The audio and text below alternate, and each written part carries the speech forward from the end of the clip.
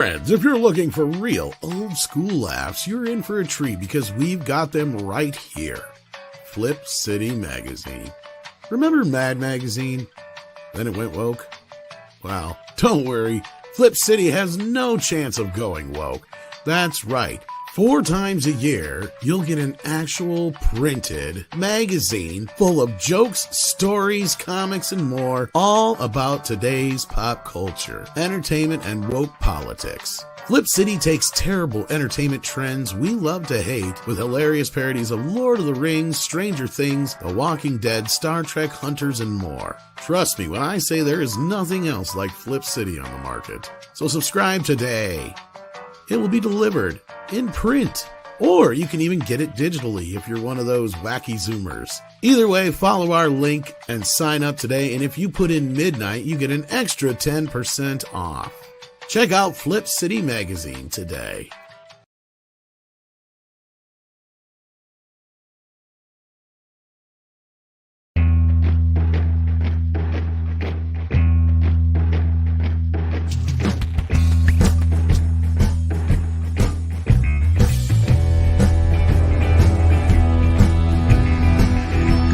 Morning, everybody, and welcome to Midnight's Edge in the morning. It is Monday, the 22nd.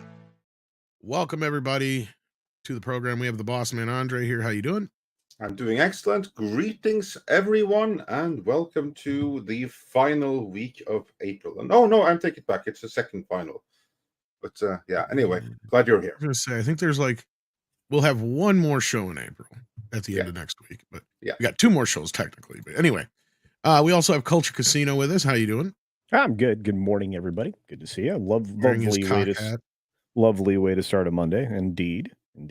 That you can get from Beach Punk. That's right. Beachpunk.us. That's true. And we also have Paul Chato here from Canada representing the Great White North here. Yeah, that's what I'm doing. You need a hat. Cowboy hat. Yeah. And just because I'm always so mean to culture, I'm going to plug his thing again, and this is a legit thing. www.beachpunk.com. The US. Or no, sorry, I did it again, didn't I? It's okay. .us. Yeah. Thank you, Tom. You didn't have to do that, but I appreciate it. Yes. So yes, check that out. You can get all kinds of cool things like that hat that he's wearing right now. Yep. Oh yeah. Yeah, we have some new hats that are out there now too. I'm proud. So thank you, Tom. You're a good man. I try. I've started a new company called Apple. If you'd like to, you might want to see if that's trademarked. No, I need you to buy my merch, please. Thank you very much. It's going to be great. I don't know if that might be used already though. Could you imagine buying Apple at $8? I had an opportunity to buy it at 18. Now you're kicking yourself. You know what? No. You miss some, you win some kind of thing. Yep. When the giant visage of Bill Gates filled the screen at Macworld and said, we're putting in $150 million into Apple. In fact, if you look up Microsoft's yearly income statement, that Apple investment still represents a giant chunk of Microsoft's profits. It's hilarious. I'm not surprised. I mean, if you own a part of your biggest competition, you own the whole market, don't you? Yes. So even if the customers go with your competitor, you still profit on it.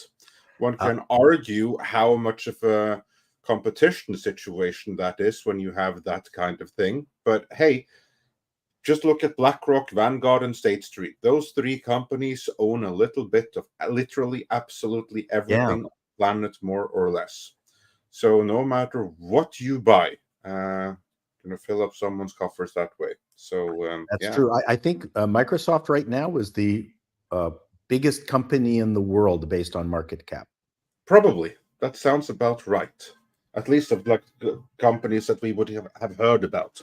I'm sure there's bigger that doesn't spring to mind, but of the companies that would spring to mind, that sounds about right. I mean, just think about the subscription model with Windows and Office. That's 2 subscriptions right there. And they made it into subscription services. You know what's sad is Andre's the only one who can't really hide where he's at because of the sirens in the background. You can tell those are not. I'm just going to say that people where I'm at right now were very compliant with a certain procedure. So ambulances are all over the place right now as people are having various strokes and heart attacks and stuff like that. Well, I didn't want to get down that path. I'm just saying, if I'd heard a noise like that outside my house, I'd be like, "What kid's effing around with what outside?" No, I'm used to it now. It's ambulance. Yeah, I know, right? It's ambulance because that's just not the sound they make around here. The sirens around here are much more serious. Like, well, this is the European sound. You don't want to. Yeah, the European ones are like, "Please get all the way, move." You know, they just sound like so much more nicer. Like in America, they're all blaring and in your face. It's like you get the hell out of the way. Yeah.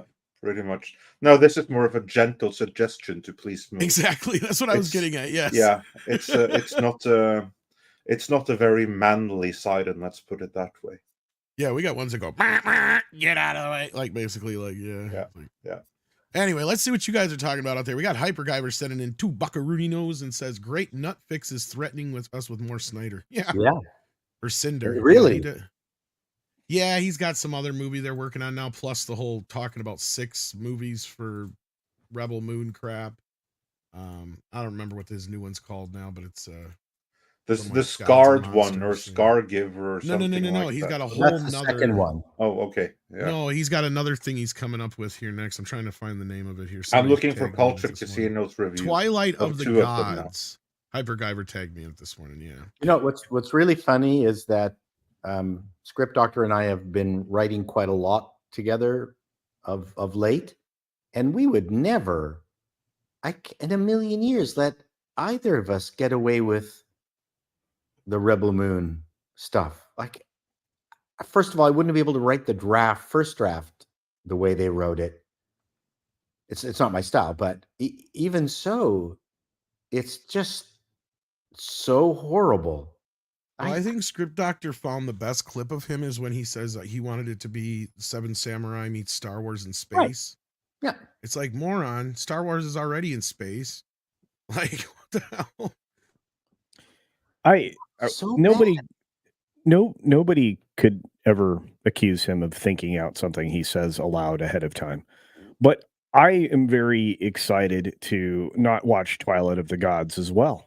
So yeah, I have no idea what this is. So yeah, Andre will be looking forward to me reviewing none of those things because I'll never get to them. No, I think this is a great idea. It can be like a great idea for your channel, like the canned reviews of you bringing your mobile and doing the reviews from the can of the Adam Snyder movie, which is fitting given the movies. First of all, whoever does that, because I know somebody out there is going to think that's a good idea, is going to end up with the worst case of hemorrhoids they've ever had in their life. And I'm sure there's some. Why is it always a medical sponsorship thing with you? For that? I was going to say, why is it always a medical thing with you? Because when I'm getting older and I have to be cognizant of all the dumb things that you can do that'll wreck your body. Ask this guy; he knows. But there's also your thoughts shift too. I used to do a bit where, I mean, as you get older, right? So I did a bit where someone would announce 1972, and I'd go, "Oh man, that's really good shit, man. Oh, that's good shit." Lights would go out. 50 years later, oh, that was a good shit. Oh, yeah. Oh, that was a good shit. So, I like that one. Write that one down. Yeah. Well, not only did thought shift, other things shifted apparently. But the thing is, your priorities shift, right? Yeah. Anyways, you know what? The Snyder thing bugs me so much. I mean, obviously I don't have the opportunities that he has. I have been sweating 1 2-page scene in this screenplay I'm working on, and I just hate it. And I would leave it, go to sleep, and I would and then finally I got it. I finally figured it out after a week. This is just 2 pages that I knew was wrong. And I worked on it, rewrote it until finally I figured out the key to it. And I'm thinking, how much time did he work on that script? I just can't envision how much effort he put into that thing. 10 seconds. Child. Well, certainly a lot describing the action sequences. Well, he had a writer for that.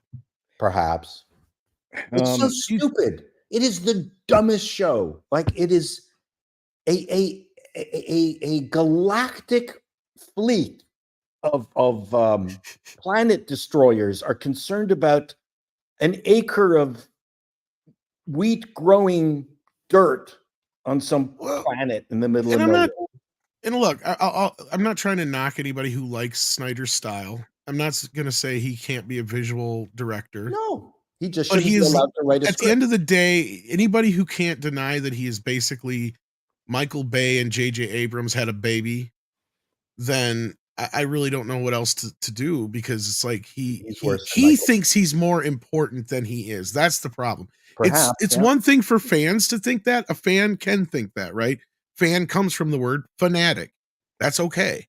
But when you're a director like him and you sit there and you act like your own shit don't stink like that, it's like, dude, read the room. You are literally a straight to streaming director now, the equivalent of what we used to call a straight to video director. You are not this big, huge director that you think you are. Kubrick didn't write his own stuff. And but big a head as he had, he was capable of understanding that. I will also say he got Watchmen was pretty good. I really enjoyed The Watchmen.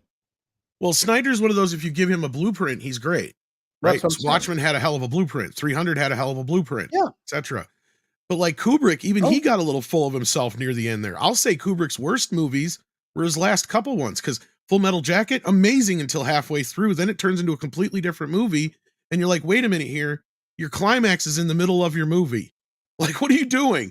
And I'm sorry, I know some people like the one with Tom Cruise. I think it's an interesting observation on Hollywood, but as a movie, I think it fails on so many levels because it's unwatchable again, where Kubrick is usually one of those, or even 2001, I can watch that over and over again. Right? It's a visual feast, you know what I mean? Eyes Wide Shut is actually his own personal sexual picadillos that he's trying to convey to people. That's what I mean. It's too his own vision of the way things should be. But that's what happens when you get old. Right. And to be, my point is though, is like his earlier stuff when he's a bit more experimental and he's not full of himself or being too personal or whatever, that's where his better stuff is throughout. You always have to be full of yourself to be in the business. But then again, I think his output far outpaces Snyder's in terms of width and breadth. So I give him a pass. But what I'm saying, Paul, is to your point, is I think that he thinks he's more important than he is.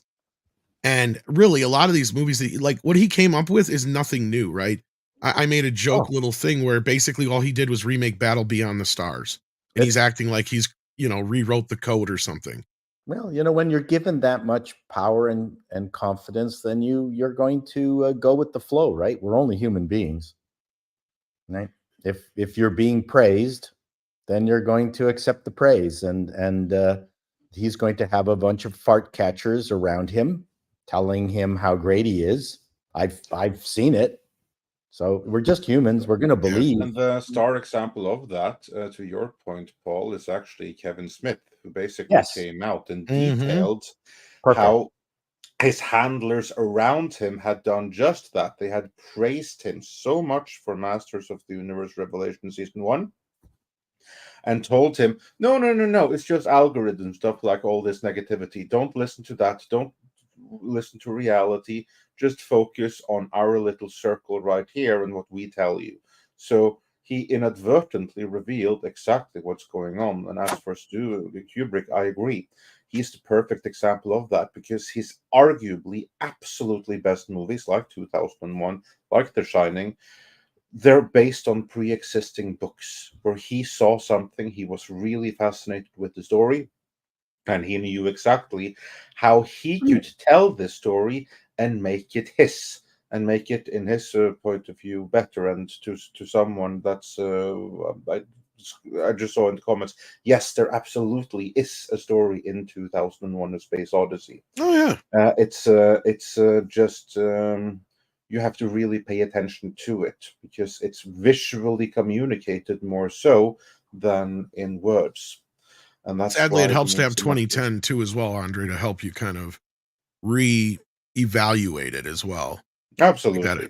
And I love that you have brought up Kevin Smith because he's a great example, because back when he used to be more self-deprecating and actually didn't seem to have this big, huge head on his shoulders like he thought he was, that was when he was at his best. You're right. As soon as he became enclosed or shut off from the rest of the world and, tried to resist, any kind of, criticism, is when he turned into this other thing. Yeah. And you're 100% right. I think that although Snyder's always been this way, Yeah. he just And to got lucky early clarify- on, but yeah. And to clarify one more thing about Kubrick, in the case of 2001, he didn't actually read the book 2001 because that was developed in conjunction Correct. with the movie. What he read was Arthur C. Clarke's short story, The Sentinel. And that is what made him and Kubrick together develop 2001 based on the short story. Right, and he finished the movie before Arthur could finish the book version of 2001. Correct, because Kubrick had approval over the book. Yeah. But anyway, let's keep moving along here. We got some more super chats. We got Hound Monkey, who is back as a member. Thank you for that, Hound Monkey. Welcome back. We got Duck Nation, who's been here for 33 months. Holy crap. Holy, that's a long time. Got Dr. Long Dong. We're sending the £1.99. Remind you to hit that like button. We got Lieber Wolf, who's been here for almost a year, 11 months. That's a long time as well. Thank you. And Max Relax, speaking of a long time, 31 months, going on 3 years. Thank you so much, guys. Dark Hero Fat, if I'm saying that right, sends in 5. It says, happy birthday, Andre. It's my birthday, too. Do you think Ritchson's political stance helped the Ministry of Ungentlemanly Warfare bombing? Well, one thing at a time. Yeah, First of let's all, do this happy one at a time. birthday and thank you. And yes, very, very glad that you would bring that up, because that's going to bring us rather nicely into the first topic here, namely the weekend box office with Culture Casino. And what do you have for us this weekend, other than I can tell right off the bat? This is a relatively slow weekend. Oh, it was terrible. In fact, let's look at the total number real quick, because this is how disappointing Hollywood is right now. $63 million in total between 32 Couldn't films. even crack 100. Wow. Imagine if Ghostbusters had come out this weekend. These numbers are just devastating for exhibitors right now. And you can go all through all of this. There isn't a huge slate of new films. If you're an exhibitor, you're disappointed. And if I may, isn't this like prom weekend around the country in most places too? That's honestly not a good thing. Yeah, and I mean, it really, the trend has been downward. When at a time when it should be ramping up, we should be heading into May in full trot with things going full speed, with films like accelerating into the summer break and the time when a lot of people go to the theaters, A, to get cooler, and B, to see good entertainment. Sorry, Culture, continue. No, please. I was just saying, I brought it up just because I wanted to remind Hollywood that there was a reason why the summer season was the summer season, and you waited until Memorial Day weekend until you started dropping your big, huge movies, because the last 2 months leading up to the summer season are chock full of crap that people have to deal with that push people off from going to the theater. Like this weekend is prom, most places.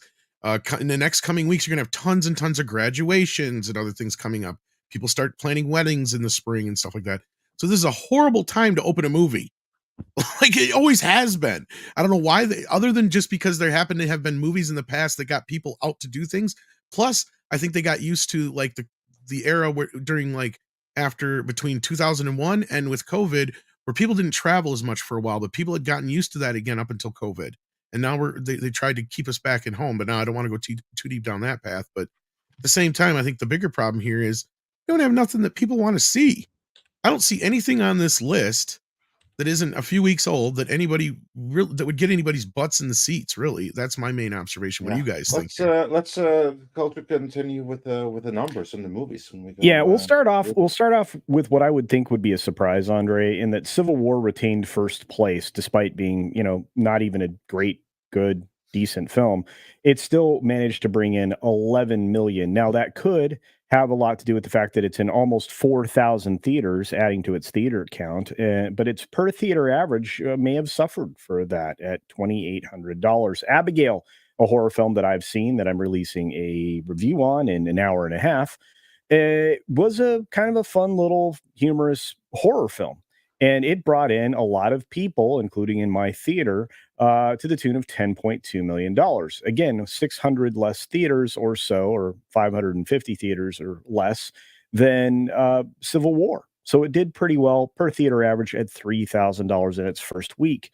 And again, these are all numbers are domestic. We haven't talked about international, but Godzilla versus Kong managed to eke out a win over the Ministry of Ungentlemanly Warfare. Now, Godzilla vs. Kong's in its fourth week, earning $9.5 million, down 38% from the previous weekend, but still with a huge theater count at 3,658. So its per theater average was $2,600.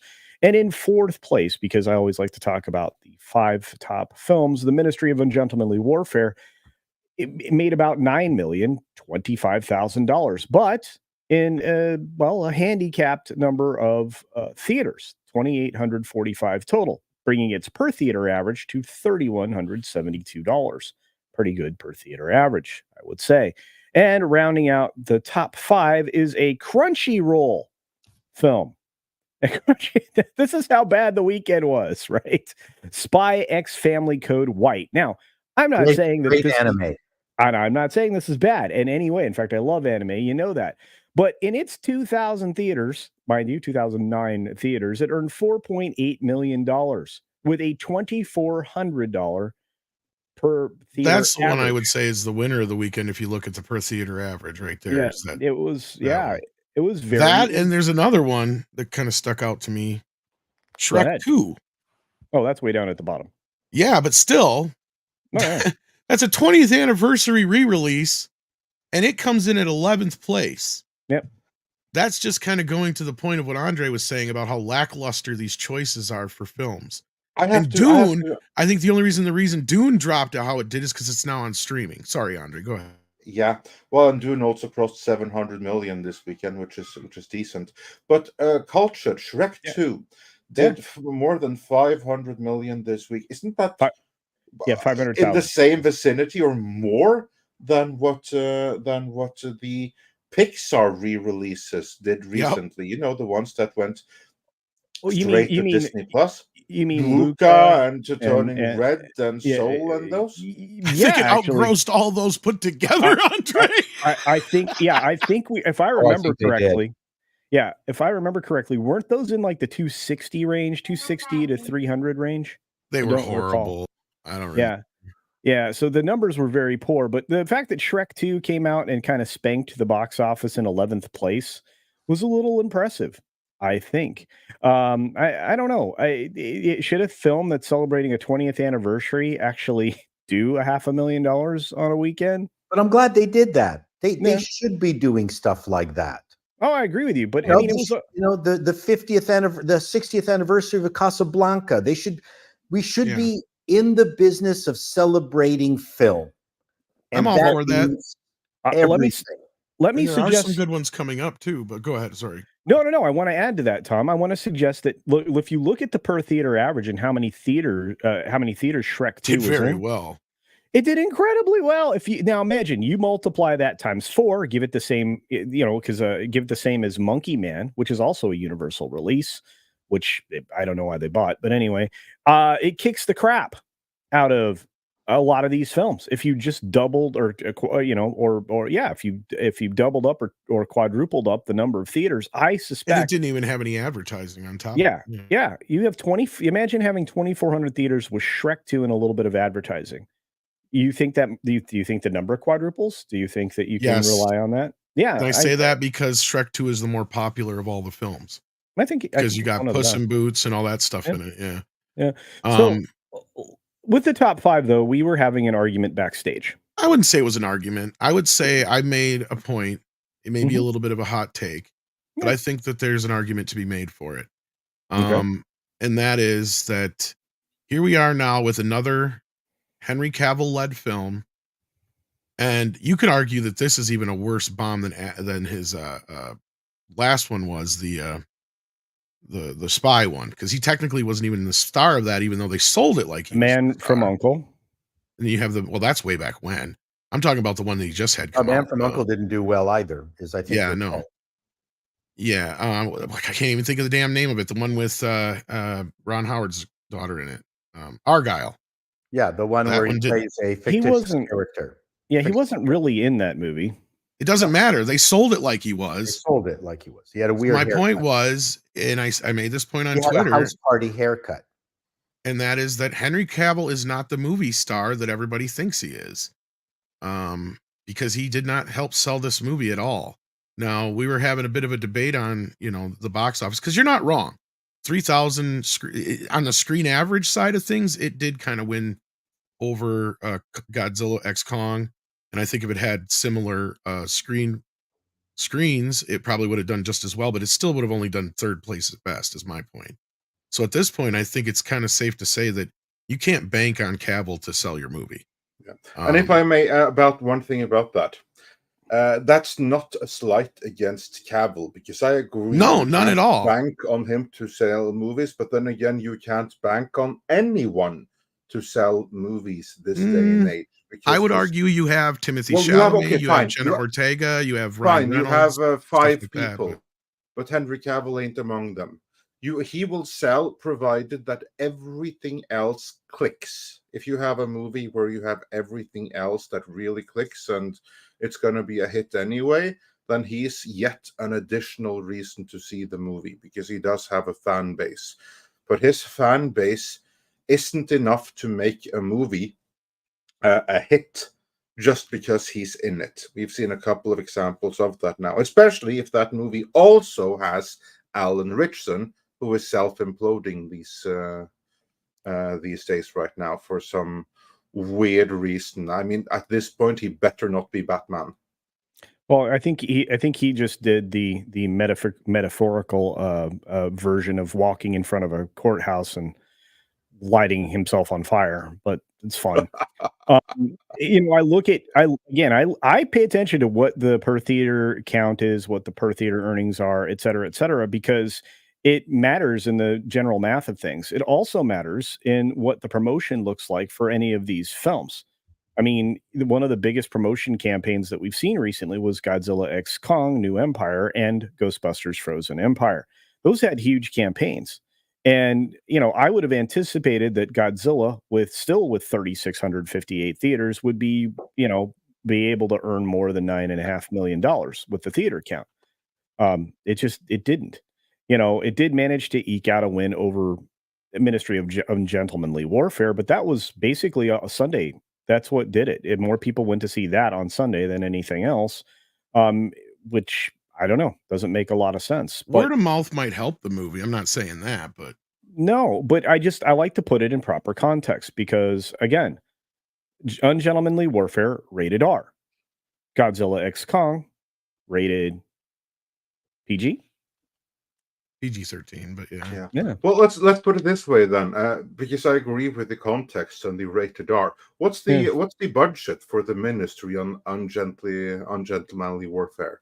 What's the production cost that went into it? That's actually a good question. I, off the top of my head, I don't recall, but I think the budget was originally $60 million. Okay. For the film. Yeah, then this is still not great, because if you consider just compared to a number of Jason Statham movies, like Jason Statham movies at this point are practically their own category of Jason Statham movies. He's kind of a bigger star, really. Yeah, sorry, Andre. And again, no Jason Statham movie has ever opened big. They opened to around 15-ish million, and that is perfectly fine, because they are, for the most part, budgeted 2 opened to around 15 million. He's huge internationally too, though. That's the other thing. That too. I mean, this all goes into it, right? So the people who are into the Jason Statham business, they know what to expect from a Jason Statham movie, and those are all R-rated. They all cater to his audience. There's a certain sameness to them, even though Beekeeper remains my favorite movie of 2024. And they're all budgeted a certain way, and so they work. You can keep pumping them out, and it's awesome. This movie right here opened within 5 million of a Jason Statham movie. In percentage, it opened roughly 30% less than your average Jason Statham movie. Yep. So if you use that as a comparison, So it costs slightly more than a Jason Statham movie, and it opened slightly less than a Jason Statham to your movie. point, Andre, and I think you're right. So far, there is no such thing as a Henry Cavill movie. Right. No, there isn't. And the audiences out there tend to like to know what they're getting. Right. And he's got a chance yet with Highlander. Don't get me wrong.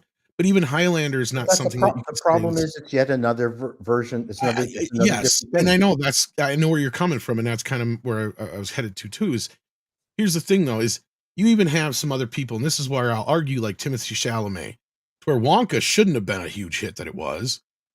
I mean, he's helped other films like that with the box office. Jenna Ortega is another person I know that as soon as you say her name, people will show up, because Lord knows the old audience didn't show up for the last Scream movie.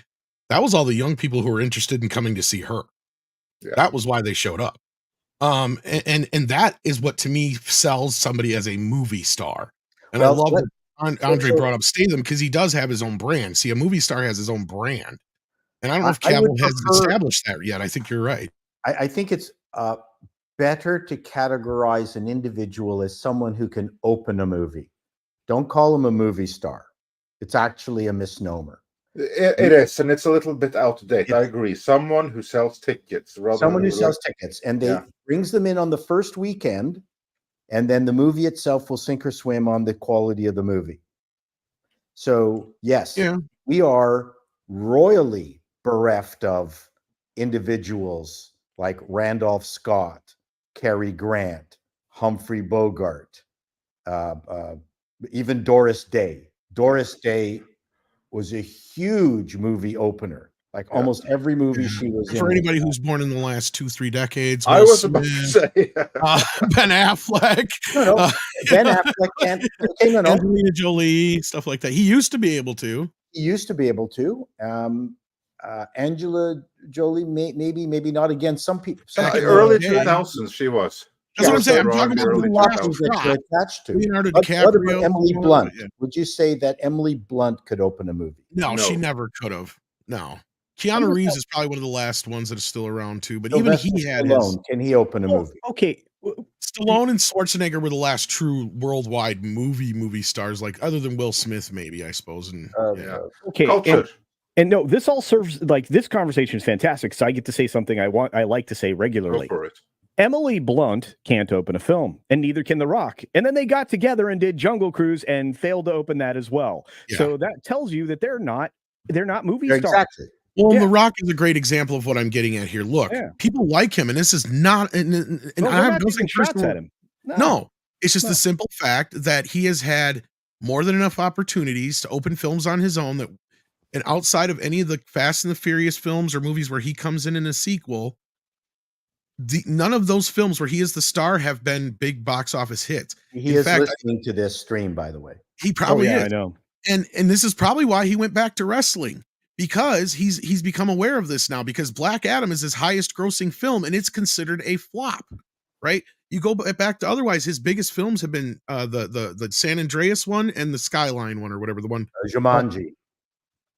But I'm talking about, that's what I would consider a sequel / ensemble piece. Okay. See, I'm talking about his pure driven, like he is the only person in it. Otherwise, then you got to go back to that one where he played the football star who was a nanny or whatever. Yeah, and like, you can even bring in the G.I. Joe Retaliation into that. Oh, that was a flop. Exactly. but it also had him. And But he couldn't was even the one who was revive that one. supposed to- Skyscraper, not Skyline. I'm sorry. Thank you. I was trying to think of the Die Skyscraper's Hard one, ripoff. yeah. Yeah. And those are his biggest grossing films, right? So he, like The Rock, Henry Cavill, I would argue, is in that same place. But Culture did bring up a good point. Another person in this movie kind of torpedoed their career this last week in a way. So, I mean, that could have affected it, but at the same time, I don't know. Well, I think that's a good argument. And the problem is like I have a lot of anecdotal backup there, but it's only anecdotal. Like people in the comments for my review and people in my live stream saying that the reason they didn't see it was because Alan Ritchson lost his bloody mind. And you know, look, you can't come out and attack the police and other things and people in general and not expect for there to be a backlash going into a film that you're releasing. If I was Lionsgate right now, I would tell Alan Ritchson, we will never work with you again. We won't distribute anything that you do. You know, because you literally chose the worst possible timing here to try to better your career when you have a film releasing. What an idiot. I would also say that Amazon should have second thoughts about Reacher season 3 at this point, because I would say it's actually worse in the case of Ritchson than anyone else. And just to bring up to speed those who are wondering, who are we talking about? Because that sometimes happens. Alan Ritchson is the star of Reacher on Amazon, which is a very, very bad ad series in which he plays a very, very badass guy from the Reacher books, who's basically the Stallone Schwarzenegger type from the 80s, right? Meaning he is going to have a particular appeal in this day and age to audiences with a slight conservative bent. This is just a fact. And against that backdrop, he decided to go public with how much he hates the Orange Man and what kind of issues he has with Christianity and priests who in addition to other issues, are too soft on Orange Man bad. And he also has big problems with law enforcement. And he basically has attitudes that will go very well along the lines with BLM. And when called out on this by the police, he doubled down on all of it. And normally you can say that, okay, your audience is going to be like split half and half, right? Half is going to lean conservative, the other half is going to lean Democrat. But in the case of Alan Ritchson, I don't think that was the case. I think because of Reacher and because of that series, his core audience was 80 to 90% Republican leaning. Exactly. And Can't that's read the the audience. 80 to 90% of the audience that he just alienated and pushed away. Well, let me put it. Bad for this movie, and it's even worse for future seasons of Reacher. Let me put it another way too, Andre. That's kind of worse. Even if that audience is 75% or 60%, let's just give them the benefit of the doubt that 60%. That number's too many.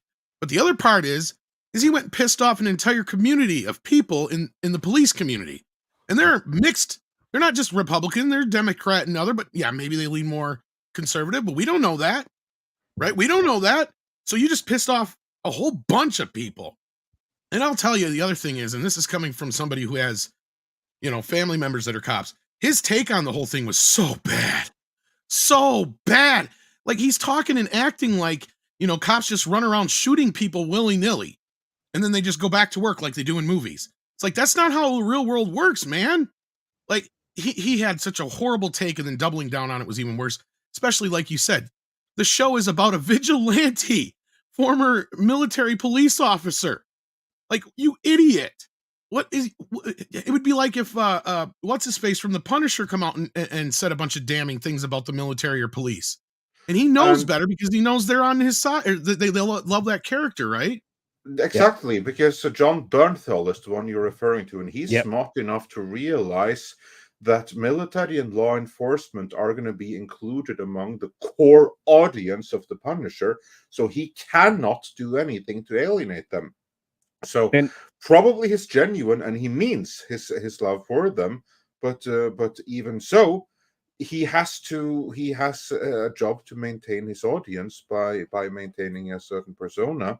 And I believe I've cultured. I think that your circumstantial evidence there and the people that told you, I think that for every single one of those, there were 10,000 or 100,000 others who saw exactly the same thing, who decided, yeah, I might check this one. Oh, that guy's in it? Hell no. Yeah. Well, and the thing is, again, it's his on-screen persona versus what he's personally believing didn't mix with the people who are watching the show. It's as if RuPaul came out as straight.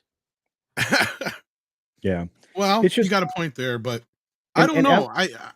Sorry, Culture. I just want to say, I don't know though if Richardson's comments, or Ritchson, sorry, not Richardson, Ritchson's comments were enough to drive people away had Henry Cavill been a bigger draw. That was kind of my initial point to begin with too. So I don't know if that really still does, sustain that argument, but I'm curious what the audience thinks on that. But you were about to say something else too, maybe. So. No, I was just going to say, I mean, some of these things are really, some of these comments that I've got, not only in obviously the video, but in the live streams and stuff that I've had, they talk very specifically about the fact that they were turned off by Ritchson. It's just one of those things. I mean, I'll read one of the comments from A. Carrillo. Says, sadly, because of Alan Ritchson's behavior of late, I will be waiting till I can watch it for as little money as possible. Somebody else, Tom, in one of my things says, it's tanking though. Cavill needs a new agent. I don't think he'll ever be an A-list guy, but in the responses to that, a lot of people are clearly citing the issue with Ritchson being, again, as you go through these things, people say that they were turned away by this. Of course, there's a lot of people who've seen it that love it, but a lot of people are just upset by what Ritchson said. That really does affect films. I don't care what anybody says. I'm not saying you're wrong, and I'm not trying to shift the gears in the conversation here, but here's one thing that came up when I posted, and I just want to bring this up because you just read that comment. Yeah. When I posted my initial X tweet, whatever the hell you want to call it, some people did bring up his agent, which I think is a fair point. But at the same time, he's had 2 movies now where he's basically played a James Bond-esque kind of character. 3 now, actually, if I think about it, because of The Man from U.N.C.L.E. And none of those films have mustered any kind of real buzz with people when he is supposed to be in quotations. Now I'm doing air quotations. Oh, I wish I could see him. The top pick for 007, right? There, I did him for you. So yeah, I think that we've hit a point where there's more than enough evidence to say that I don't think Henry Cavill is going to be the big movie star, but I'm really curious what the audience thinks, because you guys are the ones who actually get to choose these things. So, I mean, even when he's played roles where people have people have said for years that he should be Bond, and he's already pretty much played de facto Bond 3 times now. And that even hasn't helped, right? And this movie is about the guy who was inspired to write Bond in the first place, right? This is where he got the inspiration from. And this couldn't even, now maybe it's a horrible, I will say with us too, the title does not help the movie. It is one of the worst titled films I have seen in a while, because it is the most unmemorable. People don't even know what you're talking about half time when you bring it up. And I don't know what else they could have called it, but this just doesn't work for me. The Ministry of Ungentlemanly Warfare. It's too much to say. And I know those are minor things, but these are things that studios sometimes are correct on. A title can make or break your movie big time. And I don't know. I just don't know if this is a big deal for Cavill or not. We'll have to wait and see what his next couple films do. Maybe we'll have to see how his Warcraft stuff will do. Maybe he's somebody who's better built for television. Warhammer, you mean? Warhammer. Did I say Warcraft? Sorry. Yes. But yeah, because I mean, he did really well on The Witcher. That's just it. He may be more of a TV guy than a movie guy, as per the audience vote there. But we'll have to see what Highlander does, because that can change anything. I mean, how many times have we had some actor who's just been there in the background for years on end, and suddenly they have the right role and they blow out, really blow up. I mean, you have this thing called the Superman curse, and I would argue that Henry Cavill has definitely broken that because he has that level of fame. No, he may not be able to open movies all on his own, but he has a career and high-profile roles that most previous Superman actors who have been accused of suffering the Superman curse would only dream about. So, yeah. That's very true. But what do you guys out there think? Let's see what the audience is talking about here. Let's see. Is there anything about this? We got on the movie star note, Jacob Fox Fires says with $5, I'm curious about the solo runs of Chris Pratt. Because in my opinion, I think he might be more of a star than Henry Cavill. Yes, I think so too. I think he's kind of too early to assess. We need to see him in more solo movies to see how they perform. It's been a few years since he had a solo movie that he first and foremost opened. We don't have enough. Well, he had that Amazon thing that did pretty well. Yeah, that's a series. That's not. Was it a series? I thought it was a movie. No, the movie, no, the time travel one. The kill list. No, the time travel one. No, I know which one's Andre's talking about. The list, the one with about the. No, I'm not talking about Terminal List. I'm not talking about Terminal List. I'm talking about that time travel movie. Yeah. Culture's talking, but he's muted. He probably talking about both. The day after tomorrow, or no, it's something like that. Yeah, it's like based on the same premise as the horrible name, but film. Yeah. But it's the Tomorrow War or something like that. War. Yeah. Thank you. Yeah, I think you're right. Tomorrow War. Yeah, and again, you're right. He has to open a few movies on his own that aren't some kind of. I just don't. I would say he's benefited largely from the franchise that surrounds him. Like Jurassic Park would be the thing that people would point to. That's true. You know. Well, okay. Here's a good example of somebody who's becoming a self-made movie star. The Sweeney chick. Sydney Sweeney. Sydney Sweeney. Yeah. I still want to see her open a movie. She just did that romantic comedy thing that did really well. Yeah. Yeah. I think that I still say that if she had been in Red Sonja, that movie would have been freaking gigantic. Yeah. I don't think anybody can argue with that. Hey now. She's pretty teeny. Yeah, she's teeny. Well, I'm just talking about one portion, Paul. I know. Oh, my goodness. Yes, she has. She's an interesting person. She's not the finest actor, but you don't have to be a good actor to open a movie. Exactly. Johnny Depp was able to open movies. It took him a long time. No, absolutely. And sometimes familiarity. Pirates of the Caribbean was finally his breakout. Yeah. Yeah, familiarity sometimes breeds stardom. Sometimes you just have to be around long enough that people recognize you and you know they're used to what it is that you're about. It does help if you are doing the same thing over and over again. Character actors don't usually become big opening stars because it confuses the audience.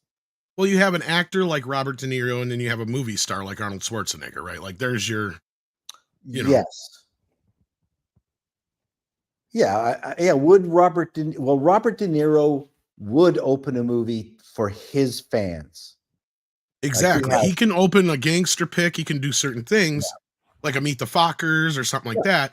But if he does some little indie film, nobody's going to give a shit. No, but I think your point is, you know, and I'm just going to throw out a number. Don't spend more than $15 million on a De Niro movie and you'll make money. Yep. Like, and you will get his built-in audience to come, but just don't expect it to be a multi-billion-dollar audience. That is the mistake people are making. They made the mistake with Robert Downey Jr. He can't open a movie. No. Because he's an actor. He's not a movie star. See, that's the thing people misunderstood when everybody was like, yeah, with the Iron Man thing, it's like, oh, he's an untapped movie star. It's like, no. He had his shot. We learned he's a great character actor. Y'all are trying to push him into this movie star status that he's not in. And they kept giving him all these movies. And outside of Sherlock, which again is something kind of like Iron Man, where it just fit his persona, that it worked. Go back and look. He's always the second or third guy in the movie. Like he's never the main guy. And even in the movies where he's the main guy, they've been successful in some cases, usually with the critics, like with, you know, the one he did with, I'm trying to think of, the Shane Black movie now, the Christmas one. God darn it, Kiss Kiss Bang Bang or whatever. Like those kind of movies were huge with critics and stuff like that, and did fairly well, but they didn't like break the box office or something like that. But outside of like Chaplin or something like that he does once in a while, he got his notice, but he was never considered a huge I movie think star. The next big star is going to be Anthony Mackie. He could have been, but I don't know if this Marvel stuff's going to hurt him, man. No, I know you're kidding, but that was a joke. No, he could have at one point. Personable guy. He's a personable guy. I think the next breakout person could very well be Walton Goggins. Oh, he's had his shot, sadly, but he's a great character actor. No. I think you're right. I see an unprecedented amount of love for Walton Goggins right now. That guy is blowing up after Fallout. He's getting the Colin Farrell love, though. That's what he's getting. A guy who's been around forever. Colin can't open a film worth shit. That's my point. And I love him. You know that, Andre. I'm not trying to... absolutely. I don't think that he can open anything either. I don't think that Walton Goggins is suddenly going to be able to open a big movie or something. But his star has shot up dramatically. Oh, yeah. Because now it's like everyone is aware of him and loved him all along. Not just the two of us. This is more or less his achievement award moment. And I'm glad to see he's finally got it. But like, unless he's making like a Tarantino film, I don't think he's going to make a movie. All you can do is just keep on working, and you find out, and you try to make the right picks. You think of, speaking of Tarantino, the good-looking guy that he, God damn it. Brad Pitt or DiCaprio? Brad Pitt. Is Brad Pitt someone who can open a movie? I think the right one, yeah. Maybe 10 years ago, too. That's the other thing. Does Brad Pitt still have the pull he used to? And Margot Robbie open a movie? Okay, look, I don't think Margot Robbie can open a movie. I mean, no evidence suggests that she can. This new experiment that they're doing with whatever this chick Pirates of the Caribbean thing is going to be a complete disaster. Disney. Yeah, you're right on that, Culture. Just to add to that, I think that's going to do the opposite to whoever's career that it did for them. No, I just want to point that out, though. Yeah, no, I think that Disney manages to throw a couple $100 million at these ideas where they're trying to reboot all their junk with all this modern audience sensibility, and they are learning the lesson. Well, actually, I should say they are not learning the lesson that they should be. That you can't force this. The audience doesn't want it. You will continue to lose money, and they will. You have investors, retail investors that will lose faith in you. Universal manages to release good products, whether it be film or animation. They are not missing with their swings. Disney is. You realize if you look at the films and the supportive films that Disney needs for their quote unquote flywheel, they require good actors and actresses. They require the ability to sell merchandise and to spin off successful, if not attractions, at least things that are, somewhat synergistic in what they do. They haven't done that in maybe since Endgame or even before that. I would suggest the last bit of Marvel that was good was maybe Civil War. And at that point, all of this stuff started to go away, specifically the merchandise. Right now, the animation film that we talked about at length with the great people over at Film Threat with their Disney files that got it all kicked off was this stupid Wish animation, which was supposed to be a 100-year celebration. Do you realize all that merchandise is 40% off right now? 40% off their merchandise because they can't. Yeah. Well, I'm talking in the parks. You can find all that junk at Ollie's or Five Below or any of the discounts. Yeah. So it's like Disney has put themselves in the worst possible situation at a time when the economy is going sideways. This is one of the worst cases of self-damage in history for a company. I can't even like, at least back in the 80s and stuff when Disney was at its, arguably worse since it has been now. At least then we had excuses. This is not, they have no excuse other than themselves in this case. Sorry, but yeah, you're right. But referring back to the super chat, and hopefully, not to, I deviated a long way from it, but I don't think it much matters, whether or not an actor can open a movie because they aren't being given the material to open them. I have not seen even a star of the caliber you guys were talking about, you know, with, you know, whether it's, you know, a Goodfellas actor, anybody that we know that can bring their audience, it wouldn't matter. If you make a bad movie, if you have a bad story, if you put all this modernity into it, you're destined for failure. You just are. You know, and that's why it's so surprising when we see something like Fallout. When we, you know, -1. a Godzilla -1, when we see something that good, we're like, wow. And look, there's only this little smidge of, you know, the modernity in it, because you can see that check box mafia got to Fallout, but it didn't get to Godzilla -1, and that was darn good. It was darn good filmmaking. And somebody that I respect this weekend said something brilliant. We need to measure films in terms of how many Godzilla -1s did it take to make this film. Which is funny, because I remember we were having that conversation about how many Godzilla -1s you could have made for what they spent on Captain Marvel and shit. Yeah. Remember that? Like, Yeah.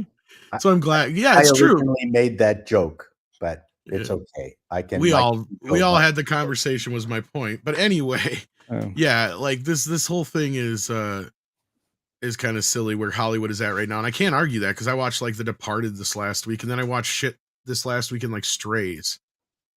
And I'm sorry, I'm watching this movie going, who greenlit this? I'm not even saying the movie is bad, but who greenlit this? This is a stupid idea. Why are we making an R-rated kids movie? That didn't work before. Why are we trying now? Who's going to watch this thing? And I can understand we why have it a new flopped. generation of executives that have repeated all of the mistakes of past generations. No other reason. I mean, you could have done a PG or PG-13 edgier kids movie with it, but why did it have to go all in on R-rated? Because the joke is gone after like 5 minutes, kind of like with Sausage Party. It's like you can only, you know, do the joke once. After 2-3 times, it gets old, right? I can only sit here and watch a dog hump shit 5 times and think it's funny before I'm like, okay, let's move on to a new joke, right? It's like, come on. It was a cute movie. You have an unsophisticated sense of humor.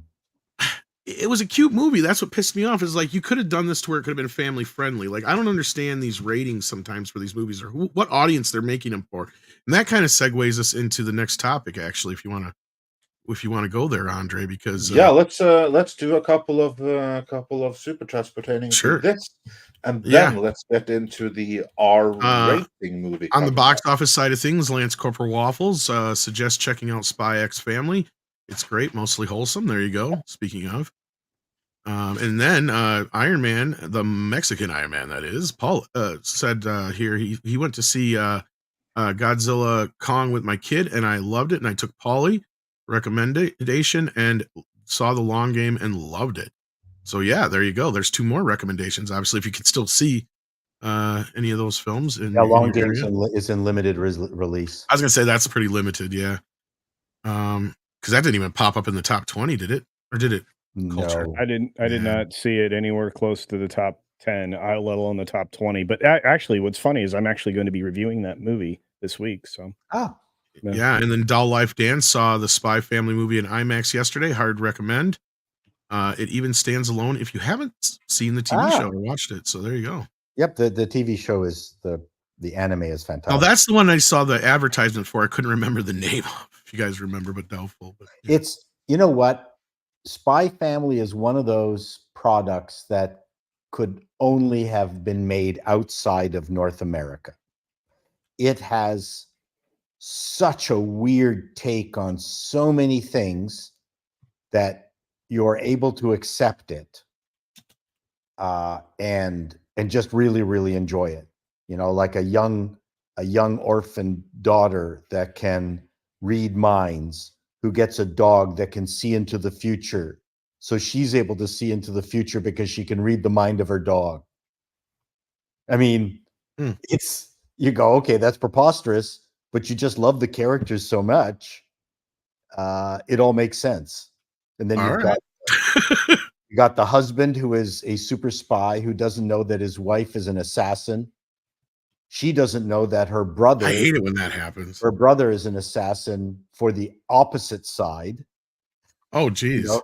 that would make for a great family dinner to find all that stuff out. Yeah. It's a great series. I love it. Well, that last point would make like a great Marky Mark movie with like That was so good. Christina Applegate, I don't care what anybody says. The Big Hit was a fine movie. Is that the one it was? I was going to say there was a movie kind of like that already. Yeah. Anyway, Eric K, I'm sorry I didn't see this before we got on the topic, or I would have brought it up then. Sense in 5, and Eric K is of course the mensch among wrench. That's right. Andre, how much do you think Alan Ritchson opening his mouth about half the country had to do with the movie's lackluster performance? Well, we already kind of discussed this, but if you want to sum up your thoughts real quick, Andre. I think that this movie wasn't going to do gangbusters anyway, but I do believe that it will have. It certainly didn't help, and it absolutely reduced the box office. The only question is by how much. Did it reduce it by 100,000, a million? I don't think it's going to be much more than that, because I think most people weren't going to see the movie anyway. So what we're talking about is who are the people that were going to see the movie but decided not to see it, even though they had planned to, specifically because of him. I think we are somewhere in the vicinity between $100,000 to $1 million worth of people. The movie would still have been a complete disaster fair without them. I think the title hurt it more. Yeah, I agree, Paul, because I think you also got to ask yourself how many people are even aware of what he said, right? Like if you're outside of the police community or if you're outside of the entertainment community, do you even know who Ritchson is or what he said? That's another question we got to ask people too. So, and I mean, I get it, Culture, you've got some comments about it, but you also are in the film community. So that's why, you know, I bet you $5 if I went to a family reunion tomorrow, more cops in my family would know about it than anybody else. That's my point. But the FOP took time to comment about it, and I don't want to, perpetuate this forever, but the FOP making commentary about it certainly drove it to it helps several million people. Yeah, that's what I'm saying. I think that thing made more of a stink than the initial comments probably did, was my point. But yeah, I think that's what I'm saying. I was agreeing. But I think Andre might be right that it didn't probably have that much of an impact overall, and that's what I was saying with maybe it would have beaten Godzilla and Kong, and that's about it. The fact that it couldn't beat Civil War in its second weekend says a lot, unfortunately, and I think it has less to do with Ritchson and just more to do with the title, the placing of it, Henry Cavill not being as big of a draw as people might think. So I think all those things together hurt this film. And I mean, how many times can we make excuses for Cavill in his films, though? Too. I understand, and I take your point, and I agree. I mean, when I've been convinced, I'll let you know. But what I think is it speaks to a larger problem. It's not just this film; it's the box office in its entirety. It's the fact that nobody's selling anything right now, which is why I led the segment off with talking about how little they made. They made less than $70 million at the box office combined with everything that was out there. That should be terrifying, not just to the exhibitors, but to those people that are releasing films. Well, we also have Warner Brothers now, though, has made almost $1 billion this year alone. So I think it speaks to the quality of films too. I think in that respect. And one final point to add to that. See, we're all on the same page. WDW Pro, that Park Place, and all of them have been pointing out that when you look at the numbers, Disney is only about 1% of the total box office so far this year. That's insane. Wow. That is considering how many years they have been the absolute box office lead and champ and the studio to beat. And now, I mean, by comparison, where's Studio? Where's Lionsgate? Who are they competing with? Who's beating them? No, and I think Culture brought it up best earlier is that Universal, and I'll add Sony to that, are the only two studios right now that seem like they're taking any shots or even trying to do anything but $100 million, $200 million, $300 million lacklusters. I'll call them more than blockbusters because that's what they are. And we just learned that Ant-Man, you can add to the pile of more movies that cost a hell of a lot more money to make than they should have, because we don't even know what that post crap is going to cost yet. We already know that, I don't know if you saw this, Andre, $330 million is what they spent on that, and that was before the reshoots. Yeah. Wow. How can you Money sustain well this? spent. They can't. That's insane. Hubris. I can't. I just, to me, I hear that and I'm like, okay, you want to start some with all these wokey wokes? Why aren't you going after the people that are spending enough money to house an entire city on a movie that loses money, that helped nothing? Why don't you start going after them instead of the everyday people? I'm so sick of this crap. When it's right, like you can make 33 Godzilla minus ones, 30 or no more than that. 3. Wait, my math sucks. So you got 10 million times, or wait, am I right? 33, that'd be 330 million, right? Yeah. Right? So yeah, 10, 30, yeah, 33. You're right. Your numbers are good. Yeah, 30 fucking 3 movies they could have made for that. Yeah, but would they have been as good? At least 10 of them would have been, Paul. You know what? Statistically, more would have been yes. good. Yeah, statistically, but also with that kind of budget restriction, it's going to force them to actually think and work on the script and make it better. Because the problem for the MCU is they have this kind of, oh, we'll fix it in post attitude. And this is Kevin Feige's fault. Yeah. This has been his big contribution since day one of the MCU, was the, well, we'll see how it goes and we'll fix it in post. So we'll just reshoot it. And that's why every single Marvel movie has these massive reshoots. Because it's culture now, that's just how you do it. Of course, that's how you how things get massively expensive, and you can start filming stuff without having a completed script, because you're used to we'll just film it, we'll see what it goes, and we'll fix whatever is needed, patch it together afterwards. And Andre, we don't even know, because this is what I asked Valiant last night about this, was like, so this doesn't even count all the reshoots and post-production, basically. And he kind of said, yeah, as far as we understand it, we have no idea what that is yet, because those numbers haven't come in yet. Those will be on the next tax thing or whatever. So we don't even know what the extras cost.